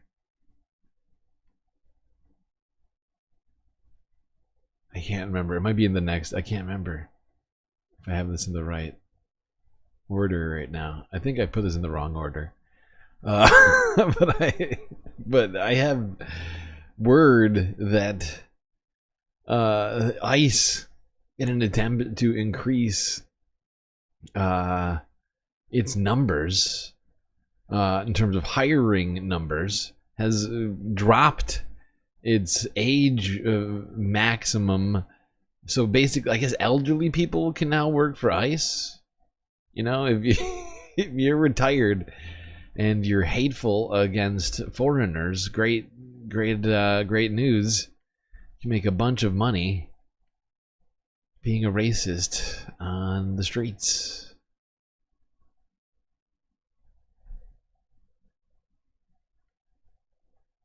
Speaking of ICE, let's go here. See what Kristi Noem had to say about her desire for more ICE prisons and detainment facilities in the United States. Ah, God damn it! I forgot this is Major Garrett. This dude Major sucks. Welcome back to The Takeout. Thanks for staying with us. Homeland Security Secretary Kristi Noem tells CBS News she wants to see more state-run detention centers like Florida's so-called Alligator Alcatraz. DHS is working on launching similar facilities across the country. Noem says the sites under consideration would be placed near airport runways. The aim there, she says, making deportations more efficient. Nicole Skanga spoke with Secretary Noem and joins me now on the family table. Nicole, always great to see you. Thanks for this reporting. You traveled to South America with the DHS secretary, had a long interview with her on the plane flight. Paint a picture of what she's imagining, and do movements toward efficiency in any way possibly raise questions about due process also being followed in the cases of migrants in these facilities or heading toward deportation? Major, we had a long and candid conversation about Alligator Alcatraz 2.0. And beyond just efficiency, which we can talk about in a minute, the aim here is also deterrence. I'll give you an example. So Secretary Noem, when she was speaking with the Ecuadorian president, Daniel Noboa, asked how many individuals he believes have self-deported back to Ecuador. And she was told roughly 100,000. She asked the same question in March when she met with the Mexican president, Sheinbaum there. She feels that the best tool this administration has to reach its immigration enforcement goals is to essentially scare people into self-deporting, and that's why we saw not only the secretary but also the president down at Alligator Alcatraz spotlighting those conditions. Now, there is something to be said about the logistics here, putting this sort of detention facility next to a runway, next to a... Now, she wants more Alligator Alcatrazes. I don't know what that means. Can anybody explain to me what that means? They just I'll put them all in the Florida Everglades, or maybe put one in a volcano, an active volcano, or like it's not clear. In the middle of the ocean. What exactly does it mean that she wants more Alligator Alcatrazes? I just don't understand it. It's just confusing. I guess I'm stupid.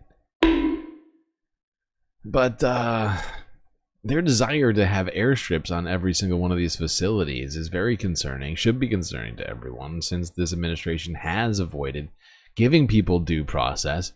It once again adds the more and more chances that more Americans and more people who don't deserve to be deported will be deported, be removed from the country without rights. So that's actually not a deportation. That's an extrajudicial rendition. But it should be troubling. It is troubling to me. I know that much. Oh, apparently there's going to be a new facility in Indiana. Maybe this is what Kristi Noem means. Speedway Slammer. Haha, I love how they all have fun names. The alliteration, though. I mean, come on.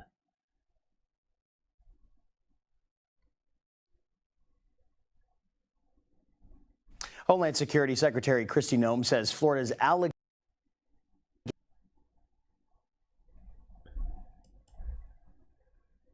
By the way, just want to remind any patrons out there to respond to your Patreon questionnaire, which I sent to you in your messages on Patreon, so that you can get credit for producing the show, the nightly shout out, as well as get a galactic avatar added to one of the break screens.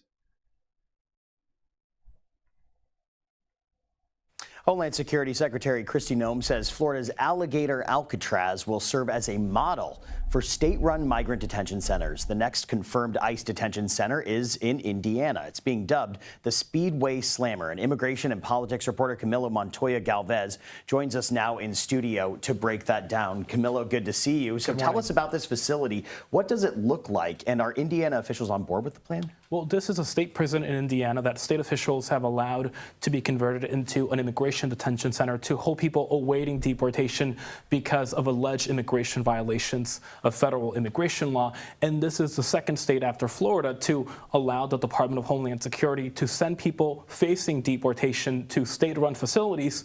And this arrangement will be done in accordance to what is called a 287G agreement. And that is a legal agreement.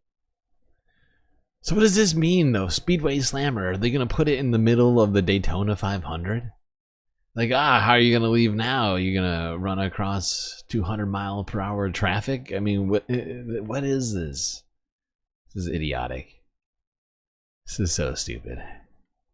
Between ICE and local jurisdictions or states like Indiana and Florida that agree to have their state law enforcement deputized as federal immigration.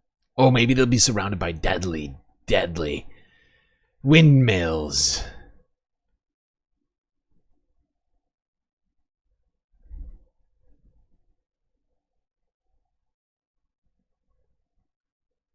Fucking idiotic. All right, let's go to New York. Talk about one woman who has been in ICE custody for some time, finally released, a woman who graduated from high school in New York.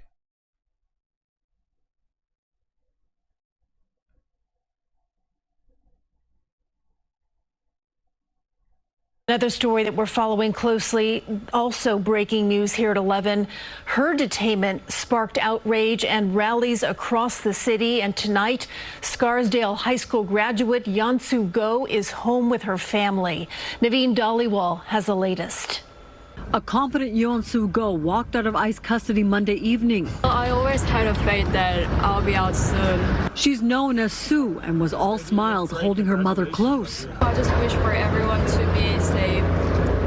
Me, my family, everyone who supports me to be safe, and then our hopes to be told and heard.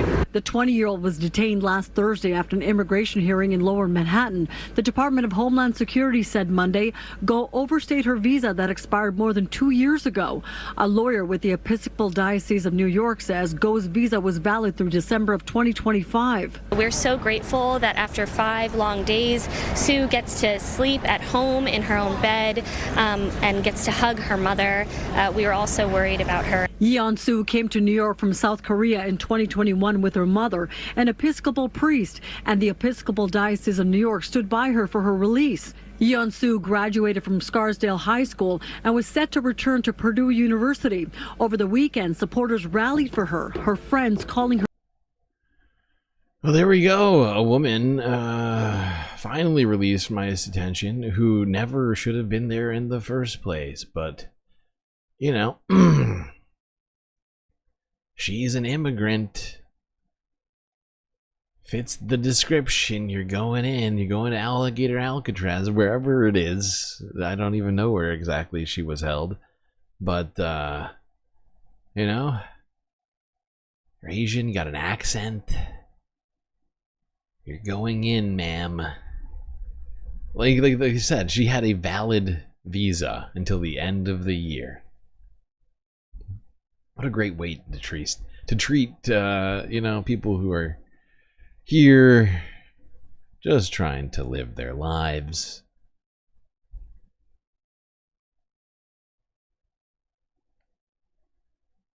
And her mother, an Episcopal priest. Thought they loved Christians. What's up with that? Now, of course, Donald Trump's, as we've been talking about, the Trump administration has been normalizing all sorts of stuff. Whether it's being a predator or perhaps hateful bigot. All of these things becoming more and more normal in our society, no matter how little some of us enjoy that fact.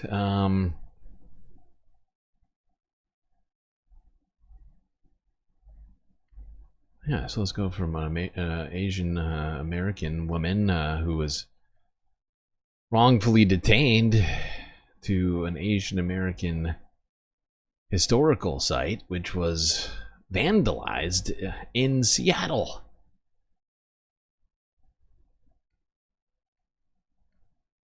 This mural is a reminder of what happened before cannot happen again. History is repeating itself again. There were markings across here, down below, right over here, right where the legs are, over here. Vandals damaged this mural with silver paint over the weekend. It's located in Nihon Machi Alley near 6th and Jackson. Community members snapped these photos showing graffiti covering different aspects of the wall. Right now, when birthright citizenship is being questioned, this mural is more important than ever to show that, you know, we are American, we are here. The mural memorializes the incarceration of Japanese Americans during World War II. It's part of a public art exhibit created by local artists, community members, and CID businesses in 2019. Earlier this year, King 5 shared surveillance video showing this vandal splattering black paint on the exhibit, including the mural that was defaced again. The CID Business Improvement Area, a nonprofit Twin Tan leads, dedicated to protecting cultural assets in the neighborhood, cleaned up the paint just days after that incident. Her team was out again Monday morning, cleaning up after this most recent vandalism. This mural stands as a reminder of our resilience and a reminder for current generations and future generations that this can't happen again. And when it gets defaced and fades and written over, it shows that we have to really stand up. The CID. Another terrible story. And the fact is it is happening again right now. When you break it down, Donald Trump is basically doing the exact same thing that the US government did during World War II to Japanese people in this country, many of whom had legal rights to be here, who were citizens themselves, were put in internment camps without rights, using the Alien Enemies Act, something which the Trump administration has used to do exactly what it's been doing to legal and undocumented immigrants alike in this country. It is disturbing, but the parallels here are just so obvious and stark, and you know, they are normalizing the otherizing of people in this country, which is leading to stuff like that and stuff like this. This next one is even more frustrating. Let's go from simple property damage to all-out lynch mobs, violence that is being perpetrated against minority communities in this country. Here's NBC LA from 2 days ago in Simi Valley. This is a fucking disturbing story. It really is.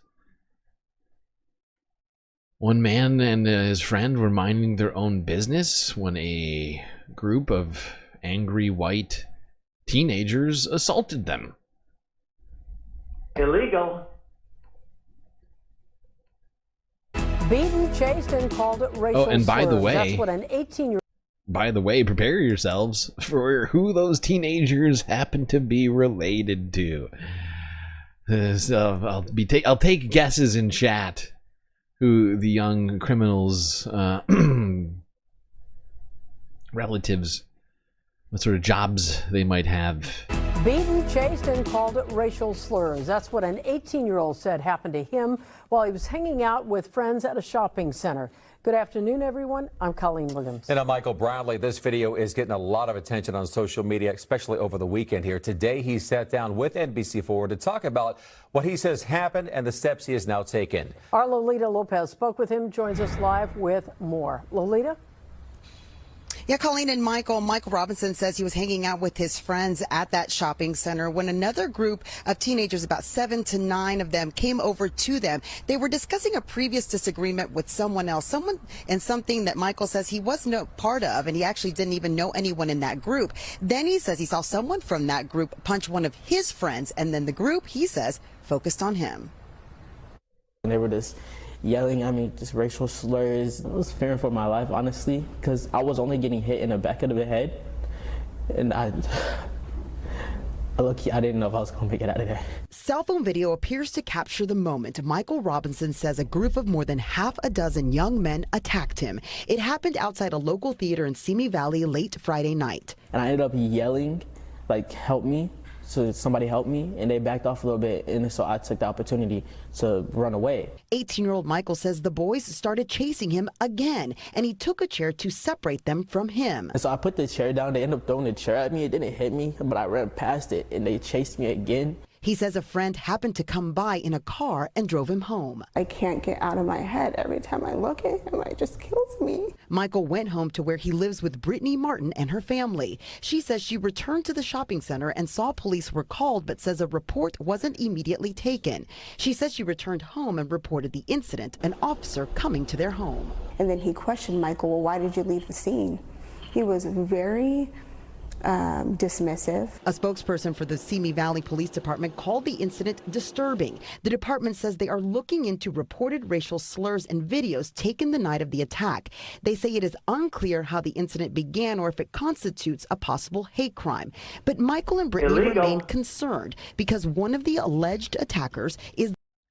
I'm sorry, but if you're screaming racial epithets and other sorts of derogatory, racially charged language at someone while simultaneously beating them, I think there's no other way to look at it other than hate crime. I just don't know how you could interpret it any differently than it being a clear and apparent hate crime. The son of a Simi Valley police member. In a statement on Sunday, Simi Valley Police said, "We can confirm that one of the juveniles on scene is related to a member of Simi Valley Police Department." Shocking! One of these young racists is related. I wonder how they're related to a member of the Simi Valley Police Department. I hear it's one of their children.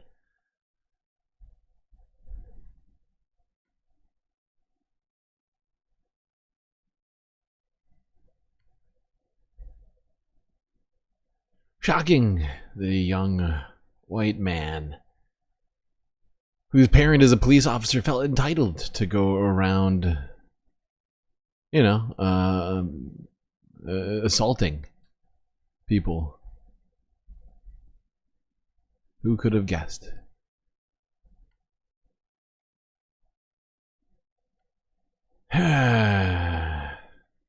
But of course, this sort of behavior shouldn't be shocking to us considering who is in charge of the country right now. This kind of stuff is basically, being encouraged by the Trump administration. If somebody is different than you, if they appear to be different than you racially, or they have some other sort of identifying characteristic that you could glom onto, then go right ahead. We're living in the new Confederacy. This time they've seized power through the the normal means. Speaking of that, let's go to the U.S. fucking Capitol, where a Confederate statue is being reinstalled. Yes, that's right.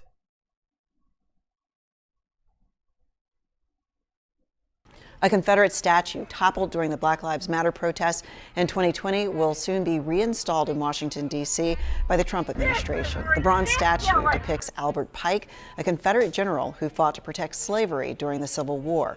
The statue was vandalized, pulled down, and set on fire in June of 2020. It stood on the grounds near the U.S. Capitol and has been in storage ever since. There we go. This is the Trump administration for you folks. Putting Confederate statues back up in 2025. In 2025, we are reinstalling Confederate statues. It's time. It's time. Time to get back in the streets, I think. Shit is out of fucking control. All right. We are going to pause it right there, as we are now at 2 hours. Means we need to take a quick galactic intermission. Don't worry though, we will be right back after these brief space messages.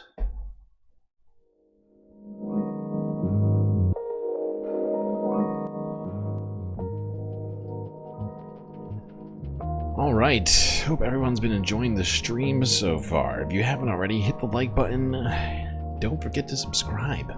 Hit that bell icon too so you get the latest from the Galactic News Network. I would also like to remind everybody that we do have a goal going in chat, which you can contribute to in a myriad ways. Things like YouTube, Super Chat, Super Stickers, memberships, Cash App, and PayPal donations, as well as Patreon. Of course, becoming a Galactic Patron is perhaps the very best way to get the most space benefits for your Earth dollars. Just $3 a month. That's 10 cents a frickin' day. Get you access to a bunch of sweet, sweet space benefits unseen by the rest of the goddamn Milky Way galaxy. Stuff like getting an avatar on the stream. That's right, you'd be hanging out poolside, soaking up the space rays. Like space fams such as yourself, bar as well. You don't have to just hang out at the pool. You can go to the bar. You can go to the lake. You can go to the street. You just tell me, after becoming a Galactic Patron, what you want, and I will make it happen. Anyway, chat, that's enough from me. But before we go to the break, just want to say thank you to Narwhal by Nature, getting us to 3 of 10 on the goal. Have you heard of / covered the return of the land commune in Arkansas that is for the people of European heritage / culture yet? No, I have not. That sounds terrible. I'll look into that for later this week. Jesus Christ. Thank you, Narwhal, for the information and the super chat. Anyway, enjoy the break, everyone. Grab yourselves a drink, maybe a snack, and I will be right back.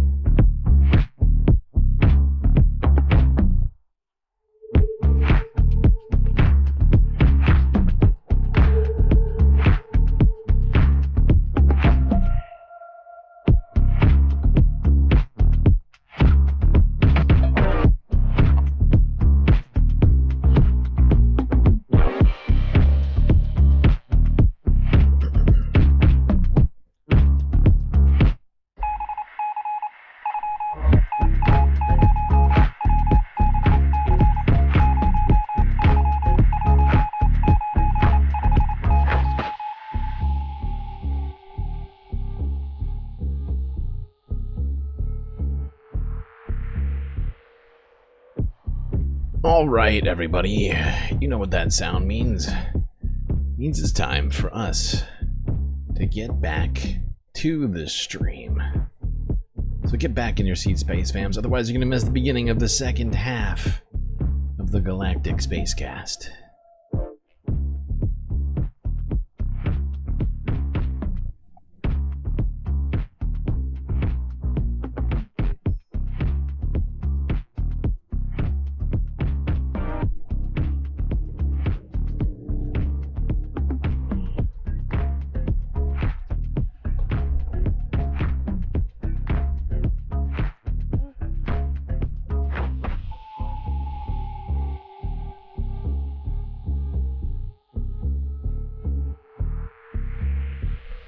Alright, we left off talking about some horrible racist stories in the United States. Now let's talk about a fight Donald Trump is having with maybe one of the most famous black podcasters in the United States, Charlemagne the God. It's been going on basically all week. Oh, before we go to that, just want to say thank you to PB for the sweet super sticker. Hiya. Hiya to you, PB. That gets us to 4 of 10 on the goal. Doing pretty good.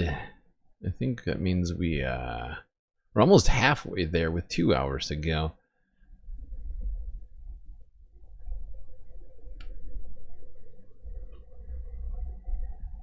Alright, now I'm fairly certain Major Garrett would never have heard of this if he didn't have producers. But let's go to CBS News, talk about this situation. I would watch the Breakfast Club episode if I wasn't gonna get copyright struck for it. They are as bad as Jubilee. Or nearly as bad as Jubilee. Like Daily Show level copyright strikes. Like I watch a single clip of the Breakfast Club and I'm fucked. Welcome back. Over the weekend, President Trump lashed out at influential radio host Charlemagne the God for these comments on Fox News. I think there's a political... The way Major Garrett says it. Charlemagne the God. Okay, Major, settle down. On Fox News. I think there's a political coup going on right now in the Republican Party that people aren't paying attention to. Oh, interesting. Yeah, I think that this Epstein thing is going to be a way for traditional conservatives to take their party back. The president responded saying in part, quote, he's, meaning Charlemagne the God, a low IQ individual. All right, hold on. I really put this here. I'm not here for the for the Major Garrett commentary. Just for the reminder to do this fucking story.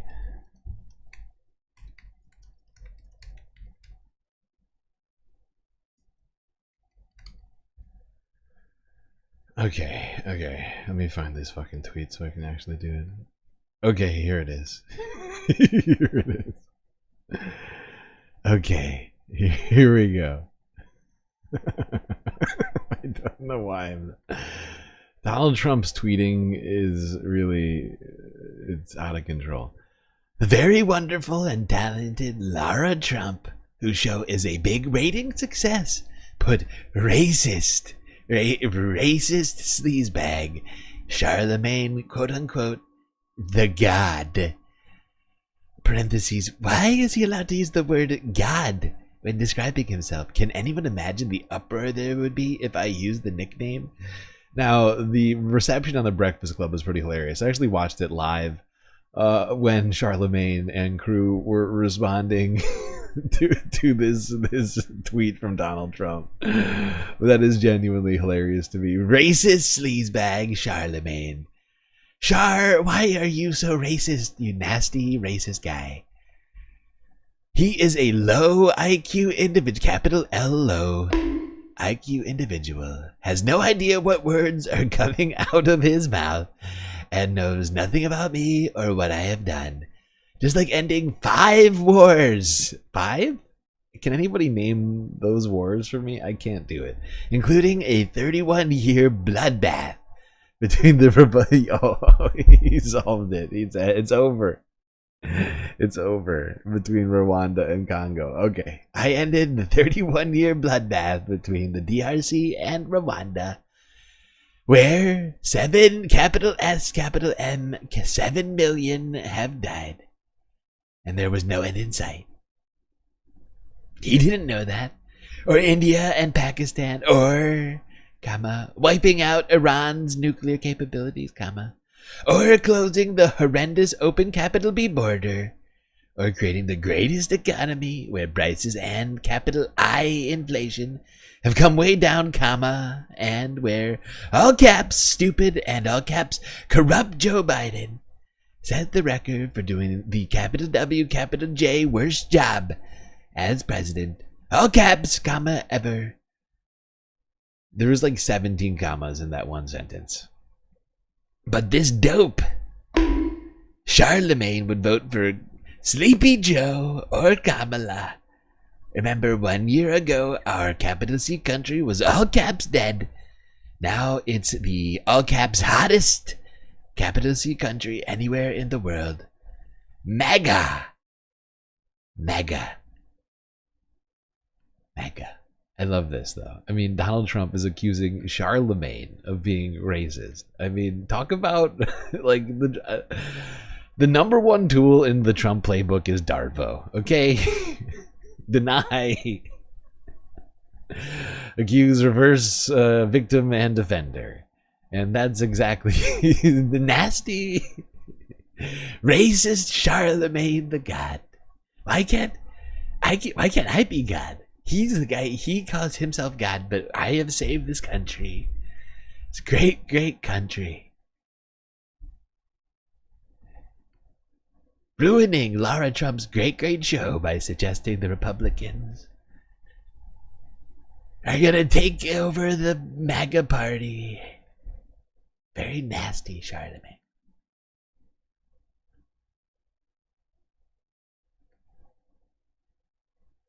Like, the most racist president in my lifetime is calling Charlemagne the God of racist. And I just, it's one of those things.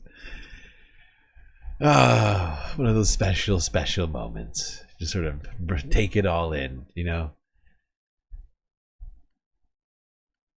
Now, he never quite got to why Charlemagne is a racist. It's not. I really would prefer. I would love to get some clarification on why Charlemagne is a racist from the guy who's reinstating fucking Confederate memorials at the U.S. Capitol and going after brown people across the country. I just really need to know why Charlemagne the God is racist. Because it must be bad. It must be something I'm totally just unaware of.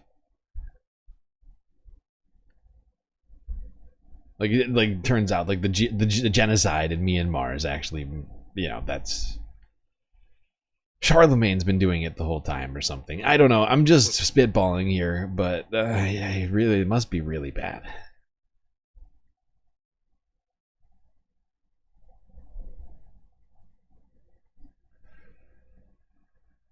Speaking of other people who Donald Trump has been going after,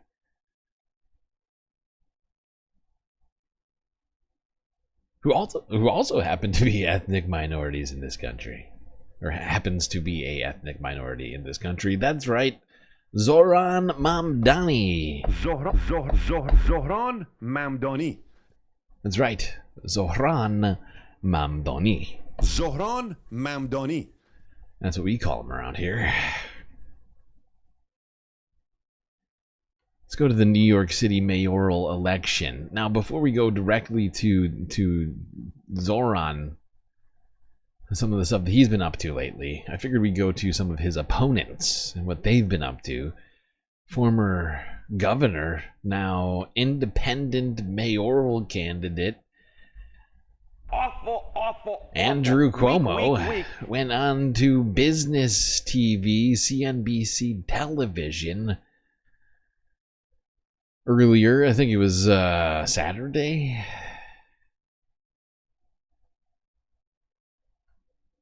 Charlemagne is doing the white genocide. That's right. Nasty, nasty Charlemagne.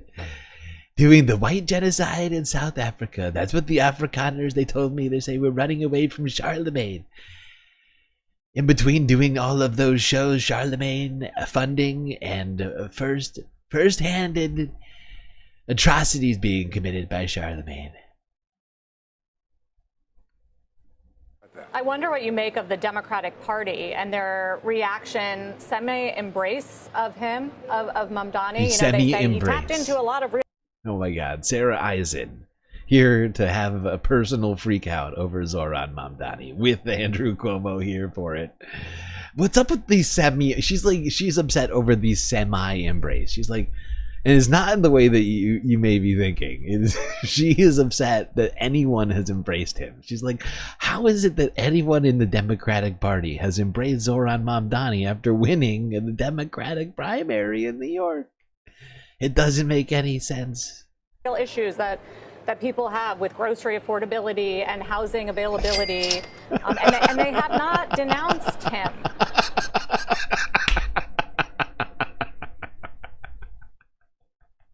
Yes, how dare Zohran bring up things like grocery affordability, housing, and transportation? That is too much. How dare how dare you? How rude. Awful. Weak. How dare he do that? And how dare Democrats not denounce him? I love that. She's like, and maybe, yeah. For being anti-Semitic. Oh, for the anti-Semitism. Anti-Israel, right. Or anti-capitalist.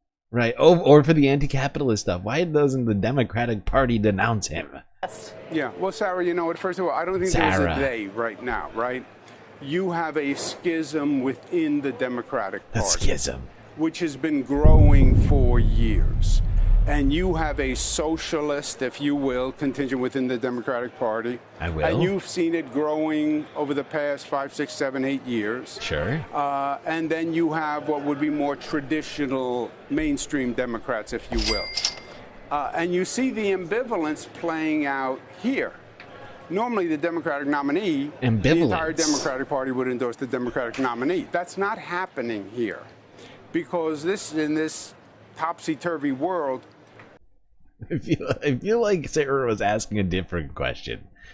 I found that fascinating, and just like I'll kind of answer your question, because I think Sarah was actually asking, how is it that a single Democrat has endorsed him? How dare they? You have a socialist running as the Democrat on the Democratic line, and a Democrat running on the independent line. Right? Yeah. So, oh, poor Andrew. He's like, I'm the real Democrat. Sarah, don't you understand? Don't you understand? I'm the real Democrat. This Zohran guy, he's a socialist, and he won a Democrat primary. It doesn't make any sense. It doesn't make any sense. Oh, poor Andrew. I'm the real Democrat. That's why I lost the Democrat primary, says Andrew Cuomo. He's doing a Dave Rubin. He's like, I'm a classical liberal.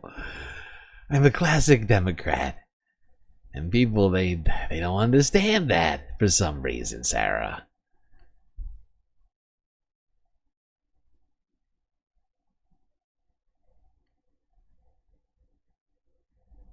All right, let's go here to Eyewitness News ABC 7 from 3 days ago. Mamdani.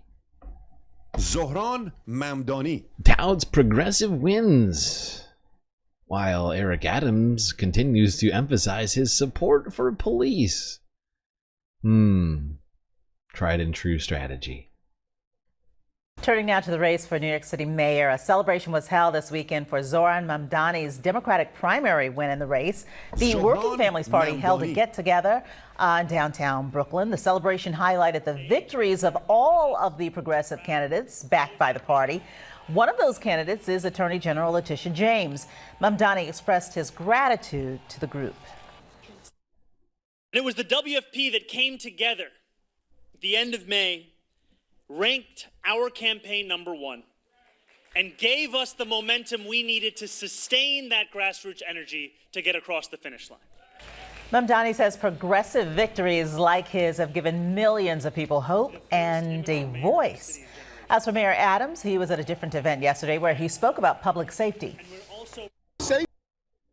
Here we go. Street is not only a police issue. Our lawmakers, these laws like bail, raise the age, they have hurt our public safety apparatus. Oh, the mayor said. Oh, they hurt the public safety apparatus, huh? Fascinating, Eric. Fascinating, because I'm fairly certain that crime is at a nearly an all-time low right now in New York. So it seems like the public safety apparatus is perfectly fine. But that's all that Eric's got, is fear-mongering about public safety. As a former police commissioner, or was the chief? I can't remember what his job was now before. But yeah, as a former cop, the only thing in his bag, whenever he goes into that bag looking for something to pull out, it's always public safety. It's always, we need to give cops more money and more tanks, more support.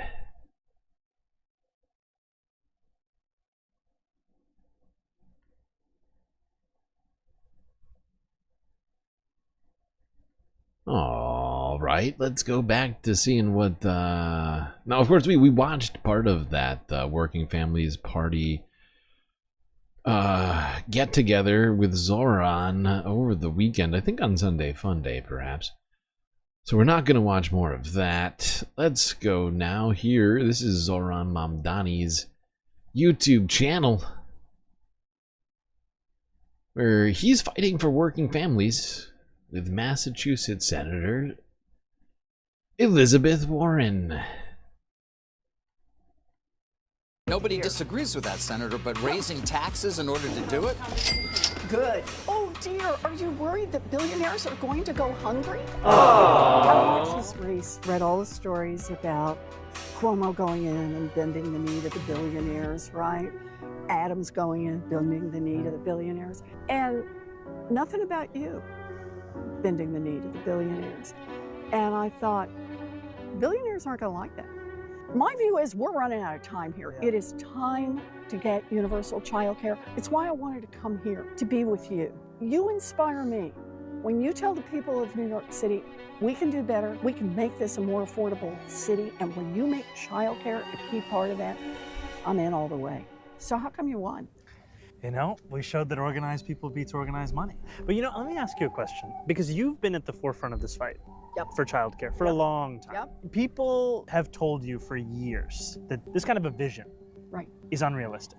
And that's a lot of what we hear when we talk about freezing the rent, making buses free, universal childcare. They say it's not going to happen. Right. What do you say to those critics? What have you said? You ever heard the Consumer Financial Protection Bureau? Yes, I have. Do you know what everybody told me about that agency? Impossible, can't be done. Ask for something small. You know, my view on this is ask for what actually fixes the problem and then get out there and fight for it. You know, when Andrew Cuomo gave Elon Musk $950-odd million in tax credits, there weren't the same questions. Whether it was where was realistic everybody or saying, whoa, is that realistic? But when we're talking about what is truly our most precious resource, you want to build a successful city, you want to build a successful nation, what should you be investing in? You invest in your babies, you invest in your little kids, you invest in the people who are going to do the work in this city. Politics is ultimately about our values. Our budgets are about our values. So if you really think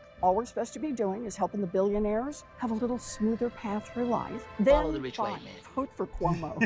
But if you actually think what our job is to give our kids a chance, that's That's what this is all about. Well, there we go. Elizabeth Warren really showing her support for Zohran Mamdani, hanging out in New York, talking the future of democracy. Now, I know some people have problems with Elizabeth Warren. I think a lot of the things that I hear people being critical of Warren have to do with 2016. But you know, I gotta say, I'm all for her using her power as a senator to help lift up Zohran and his message of people-focused politics rather than money-focused politics, or at least billionaire money-focused politics can just die. We can just, let's be done with that. And let's actually get rid of the money in politics in general. Right? No more PACs. If you have listened to this show, you have heard the story of what just happened. Universal Pre-K in New York City. I was a beneficiary. If you have listened to this show, you have heard the story of Universal Pre-K in New York City. I was a beneficiary of Universal Pre-K. Saul, in his last year, I think it was his last year, would happen to be the first or second year of UPK. It was really a dramatic savings. I don't think we're going to be able to see the full benefits of it because COVID really screwed up the ability to assess what difference UPK makes with a child who had gone through that. Saul was the first year going to UPK, and he was in first or second grade, I think, during COVID. But the story of UPK was all about Cuomo hating Bill de Blasio and denying him state funds to do it. And then making it like, we're only going to do it for a short period of time. And then the idea was that Cuomo was going to cut back on these funds. And fortunately, Cuomo was weakened politically by primary runs against him, and then ultimately the fact that he is a serial assaulter of women. Illegal. And so that didn't happen. And here he is, just last week, on the Brian Lear show. Is this his second trip back to the Brian Lear show? Is it the same one that he was on? I think it's the same one he was on, where he claimed he's backing off of his... Just technical support for BB Net. Technical support, technical questions about the jurisdiction of the International Criminal Court that, you know. They were overreaching. Yeah, I didn't think it was appropriate. Go ahead. Former Mayor de Blasio, he said here recently, supporting Mamdani, that few people believed he could get universal pre-K enacted, too pie in the sky, but he did. No, he didn't. The state did it. Pause it. The largest challenge, this is from the New York magazine, the largest challenge was funding, which would have been had to have been proved by Andrew Cuomo, a mentor to de Blasio, who would go on to become his nemesis and tormentor. Cuomo's promise and failure to fully fund public education follows the same pattern as his rollout of UPK in New York State, paying lip service to the principal while working behind the closed doors of the budget process to block any meaningful progress. Keep going. Gotham. Cuomo has tried to defuse Blasio's efforts by proposing his own UPK, but de Blasio and his allies said the plan fails to provide enough dedicated funding to sustain a statewide pre-K program. This is the way that Cuomo worked as governor. Always looking for cover to kill anything like this. Go ahead.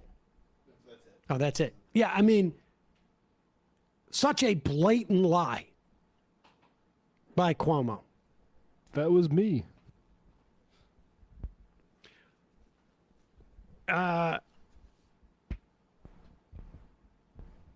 Cuomo's out there. I mean, he's had to back off on his Israel support, at least step back a little bit. Of course, he also is, no longer going to involve himself. In the event that he becomes mayor, he's not going to involve himself in the international criminal court case against Netanyahu.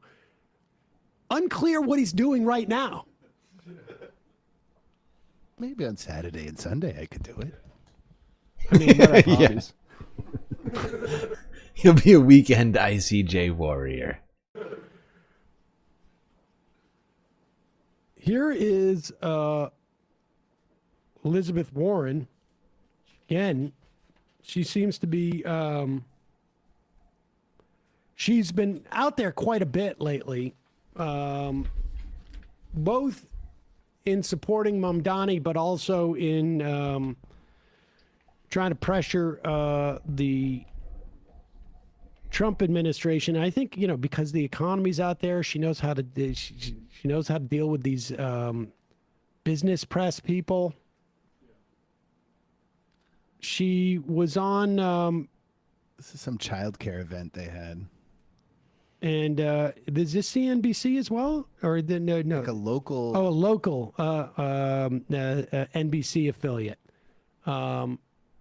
Although that says Fox News there. Yeah, this clip was clipped by Fox News as rage bait. Oh, I see. Okay, yeah. So Fox News is really getting into this. Progressive social. Is this what the party should look like? Yes. Democratic Party moving You bet.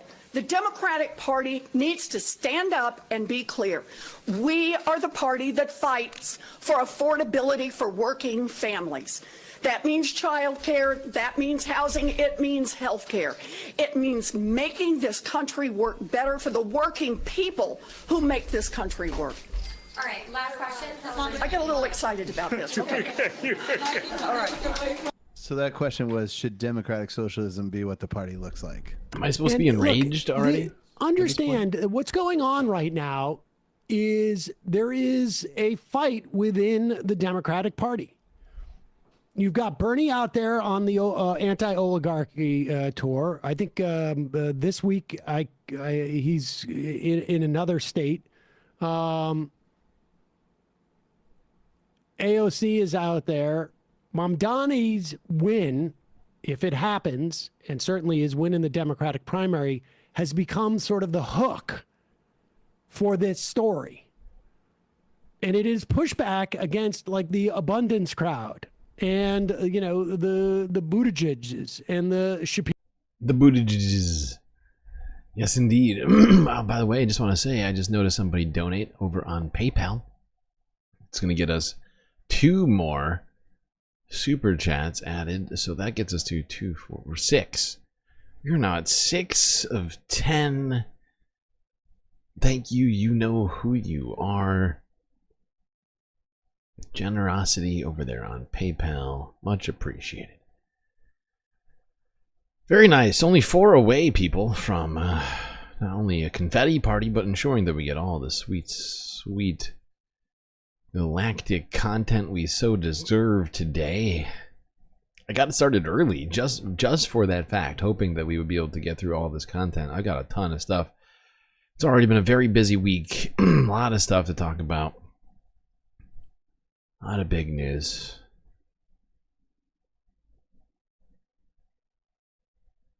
All right, let's go here.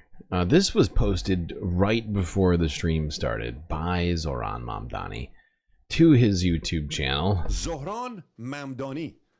This is about Andrew Cuomo. I would be remiss if I did not directly address some of the news that we saw come out just a few hours ago, which is that the president of this country, Donald Trump, has been coordinating with Andrew Cuomo in direct conversation with the former governor. It is Trump billionaires who have been opposing our campaign's vision for a city that New Yorkers can afford.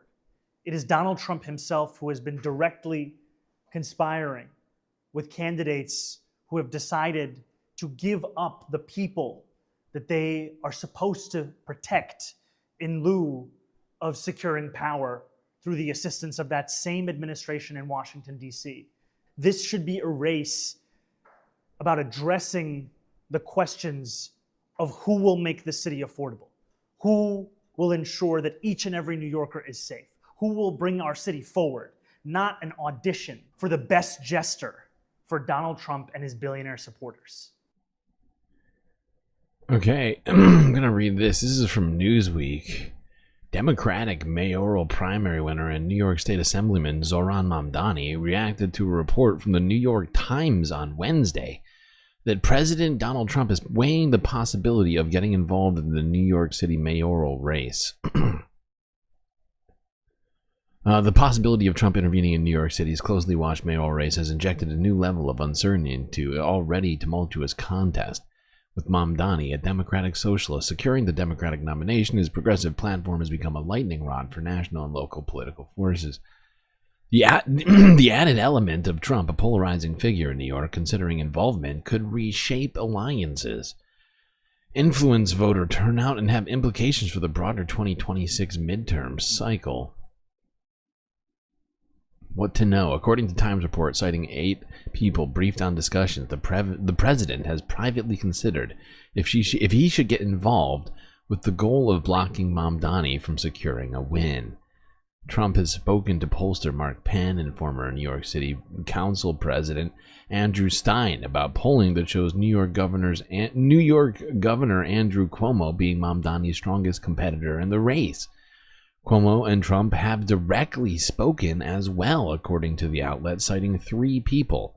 It is unknown who initiated the call or what was discussed. Shocking, Donald Trump collaborating with Andrew Cuomo to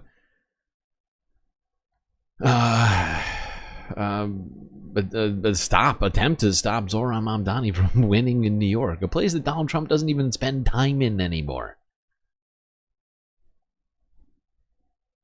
Like, when's the last time Donald Trump was actually in New York, aside from standing trial for crimes? Illegal.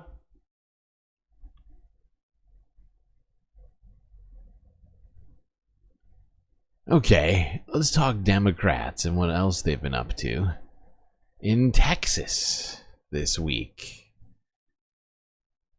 If you haven't heard, Texas Democrats did a bit of an exodus from the state Senate, attempting to prevent the gerrymandering efforts, which Texas Republicans, at the behest of Donald Trump, have been underway with.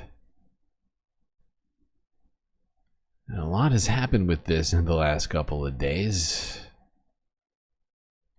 We're going to begin with the fight deep in the heart of Texas, which could decide who controls Congress after next year's midterms. Sorry, hold on.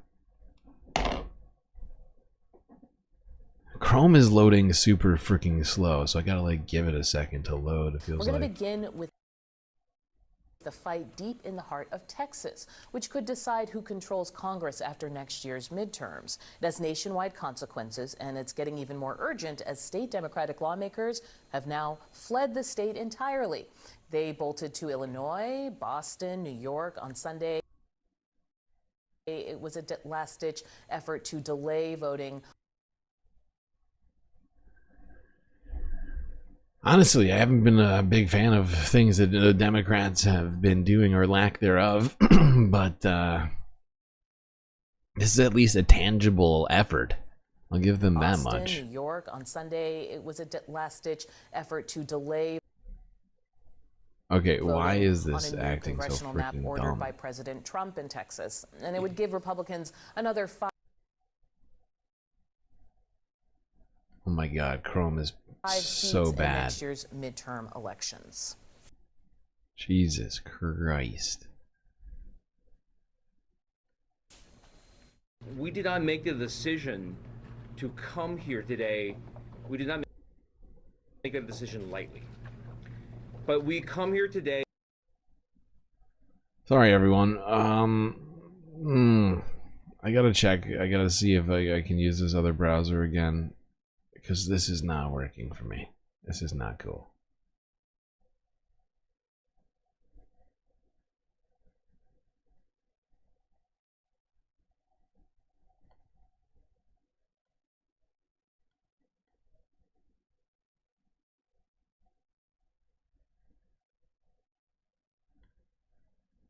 It's not about refreshing tabs. I don't have any tabs. I have 2 windows open. That's it.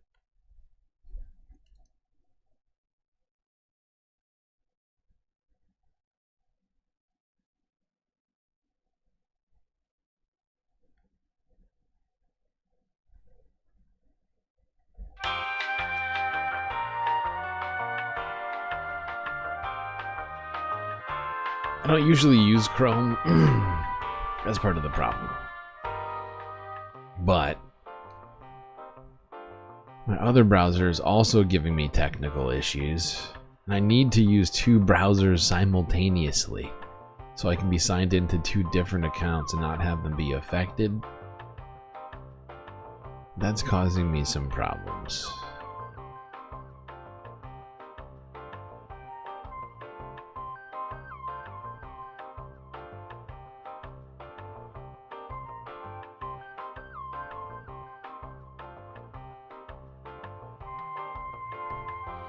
Alright, I'm gonna try this again because I'm already just sick of this so much.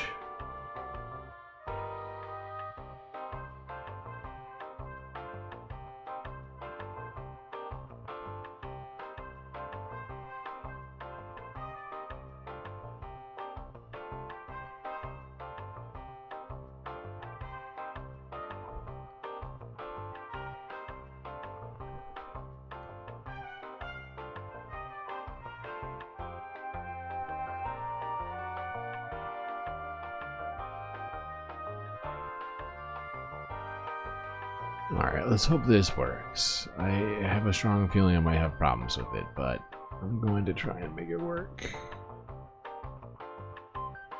Because at least the fucking page wasn't, like, just lagging itself. That's not acceptable. Can't have laggy pages, laggy video. It's just wrong. That's too much, man!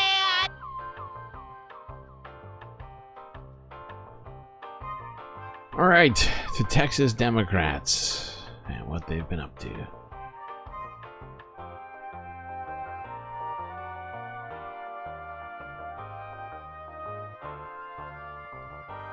Oh no.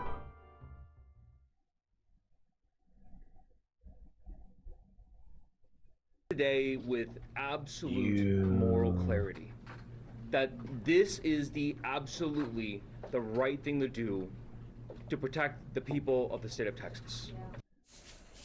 The move denies the Texas legislature a quorum, blocking Republican efforts to pass the new gerrymander.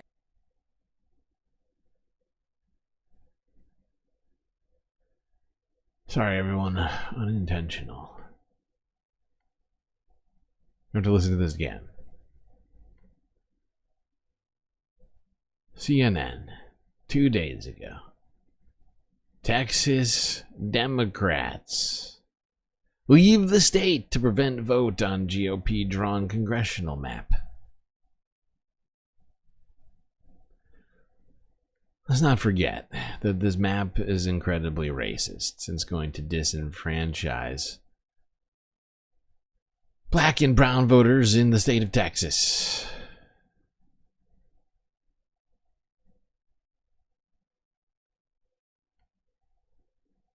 Oh, Jesus Christ. You are killing me.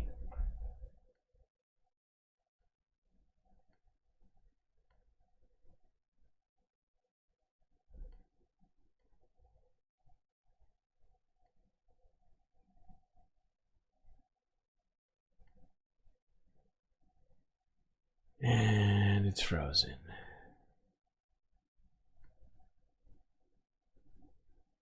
Come on. How is this even possible?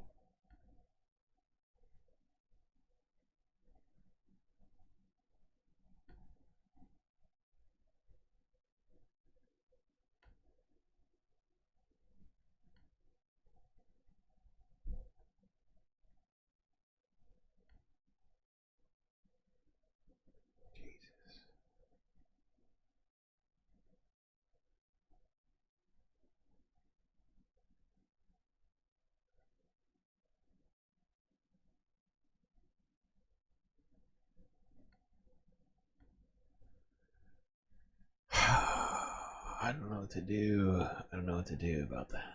Will this solve it? Please tell me this will solve it. How's that? Let's try this. Will this solve it? If this solves it, I'm gonna fucking laugh my ass off. But crazier things have happened, I suppose.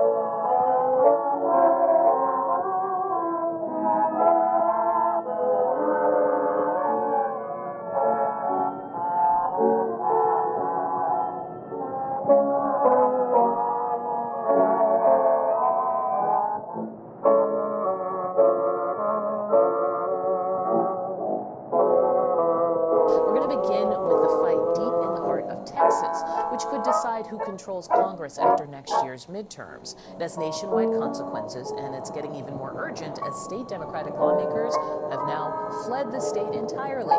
They bolted to Illinois, Boston, New York. On Sunday, it was a last-ditch effort to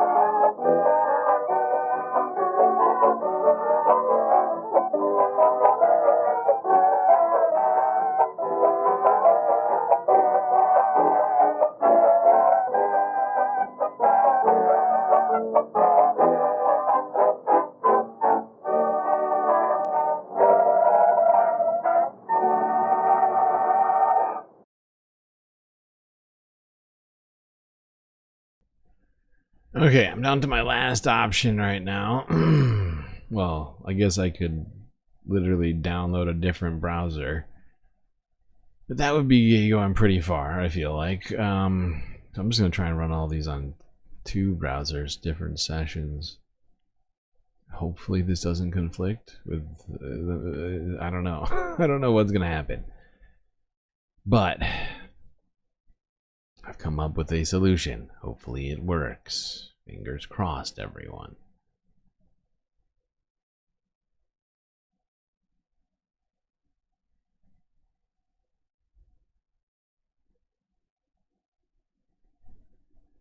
We're going to begin with the fight deep in the heart of Texas, which could decide who controls Congress after next year's midterms. It has nationwide consequences, and it's getting Oh my god, it's terrible. more urgent as state Democratic lawmakers have. It is terrible. It better not be like this the whole time. I'm going to lose it. I'm going to lose it, chat. We're going to begin with the fight deep in the heart of Texas. That is terrible. Which could decide who controls Congress after next year's midterms. It has nationwide consequences, and it's getting even more urgent as state Democratic lawmakers have now fled the state entirely. They bolted to Illinois, Boston, New York on Sunday. It was a last-ditch effort to delay voting. Oh my god, it's having all the same By problems. President Trump in Texas. This is ridiculous! And it would give Republicans another 5 seats in next year's.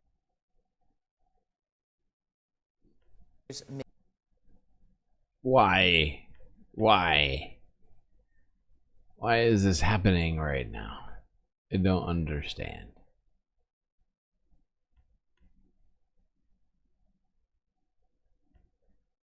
What's fucked up is that the browser that I always use is having problems right now. And it just sort of happens randomly. And there's like nothing I can do about it. And I've never found a fix to actually solve it. I've never actually found a fix for this. So I guess what I'm gonna do, and this seems insane, but I guess I'm gonna try and download a different browser, I guess. I don't know what else I would do. Don't know what else to do right now. Oh my god. This is annoying. So how's everybody doing today?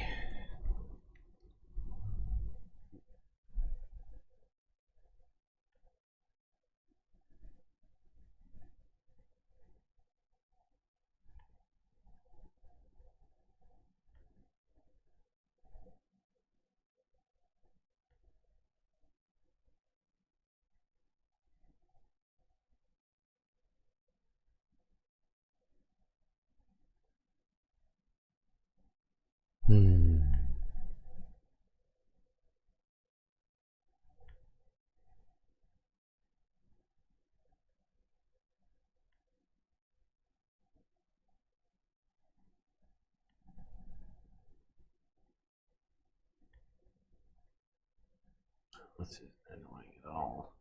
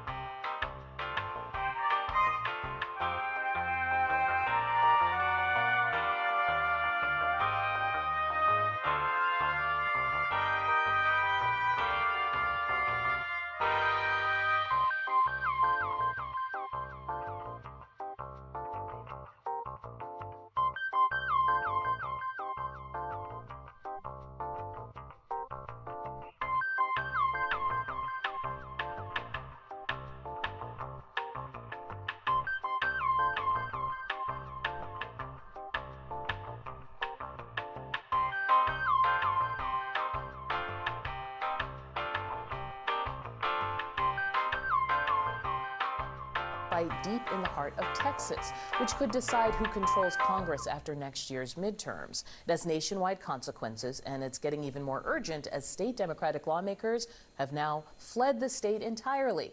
They bolted to Illinois, Boston, New York. On Sunday, it was a last-ditch effort to delay voting on a new congressional map ordered by President Trump in Texas. And it would give Republicans another 5 seats in next year's midterm elections. We did not make the decision to come here today. We did not Oh make my God. It is But we terrible. come here today with absolute Oh, moral fuck you.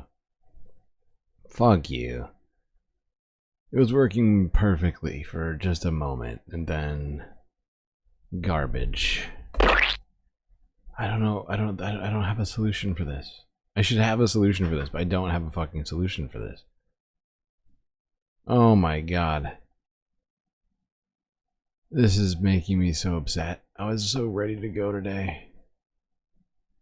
I was so ready to go. I had a midweek report of epic proportions. And now ending the stream won't even solve this. Like, trying to, like, it's not even like that. Oh my God. This is just a problem with my fucking browser. And I was not anticipating this not working with any other browser. But it would seem all of these are not working. It's a disaster. This is a disaster, chat. And I don't know what to do about it. Honestly, I'm afraid I might just have to end the stream. Because I don't want to keep everybody here hoping and praying for this to all work when I don't have any ability to say that that's a sure thing. Not even close. I truly wish I could. But I think it's honestly, I mean, it's got something to do with like my YouTube account as well as the browser itself. It's complicated. I don't even understand what's going on. To be perfectly honest, I just don't.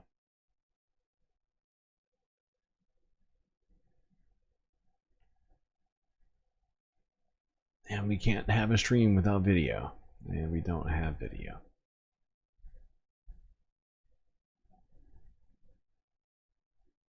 But like, I'll show you what I'm talking about. This happens randomly to me here. I'll show you what I mean. So look here.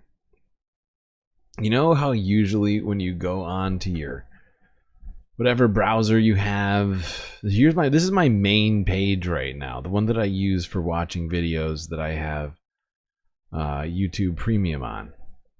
You see over here, there's nothing. When I click the hamburger menu up top, that just disappears. All I get is about, press, copyright, contact us, creators, advertise, blah, blah, blah, blah, blah.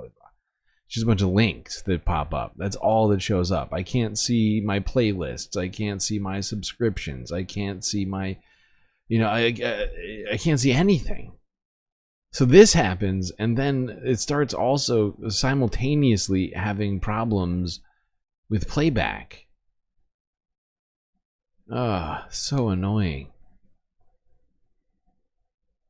So annoying. And so like I'm just gonna have to, at some point it will refresh itself and it'll go back to working. But I don't know when that's gonna be. Usually it's within like 24 hours.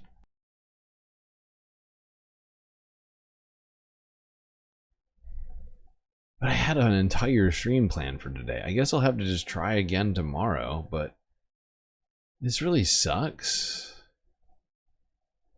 We only did 3 hours of a stream today.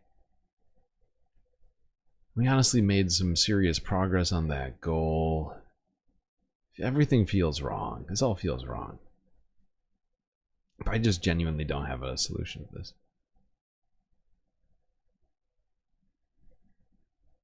And like I just tried all my other browsers, and you all saw the results there. Those were not working well. What about downloading the clips? Do you have any idea how many clips I would have to download every day?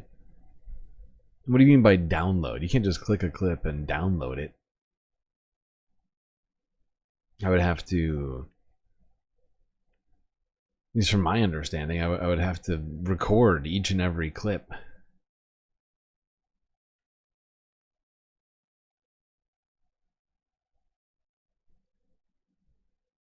Anyway, chat, I am sorry to call it tonight, but I just don't have a solution to this today. So I will have to see you all tomorrow. Many apologies to those of you expecting a full show today. I have no excuses.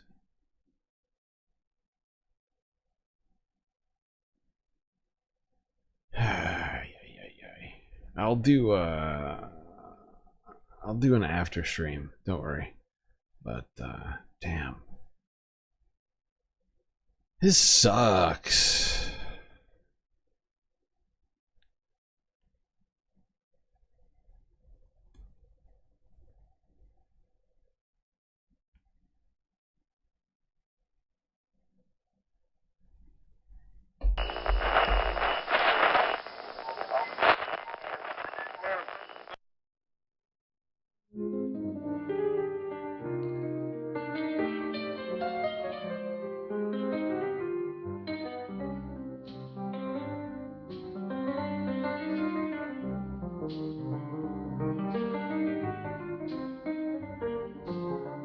Well, I'm afraid we didn't make it through another one, chat. But that's gonna be it for me tonight. Until I see you next, you stay classy, Galactic Stream Nation.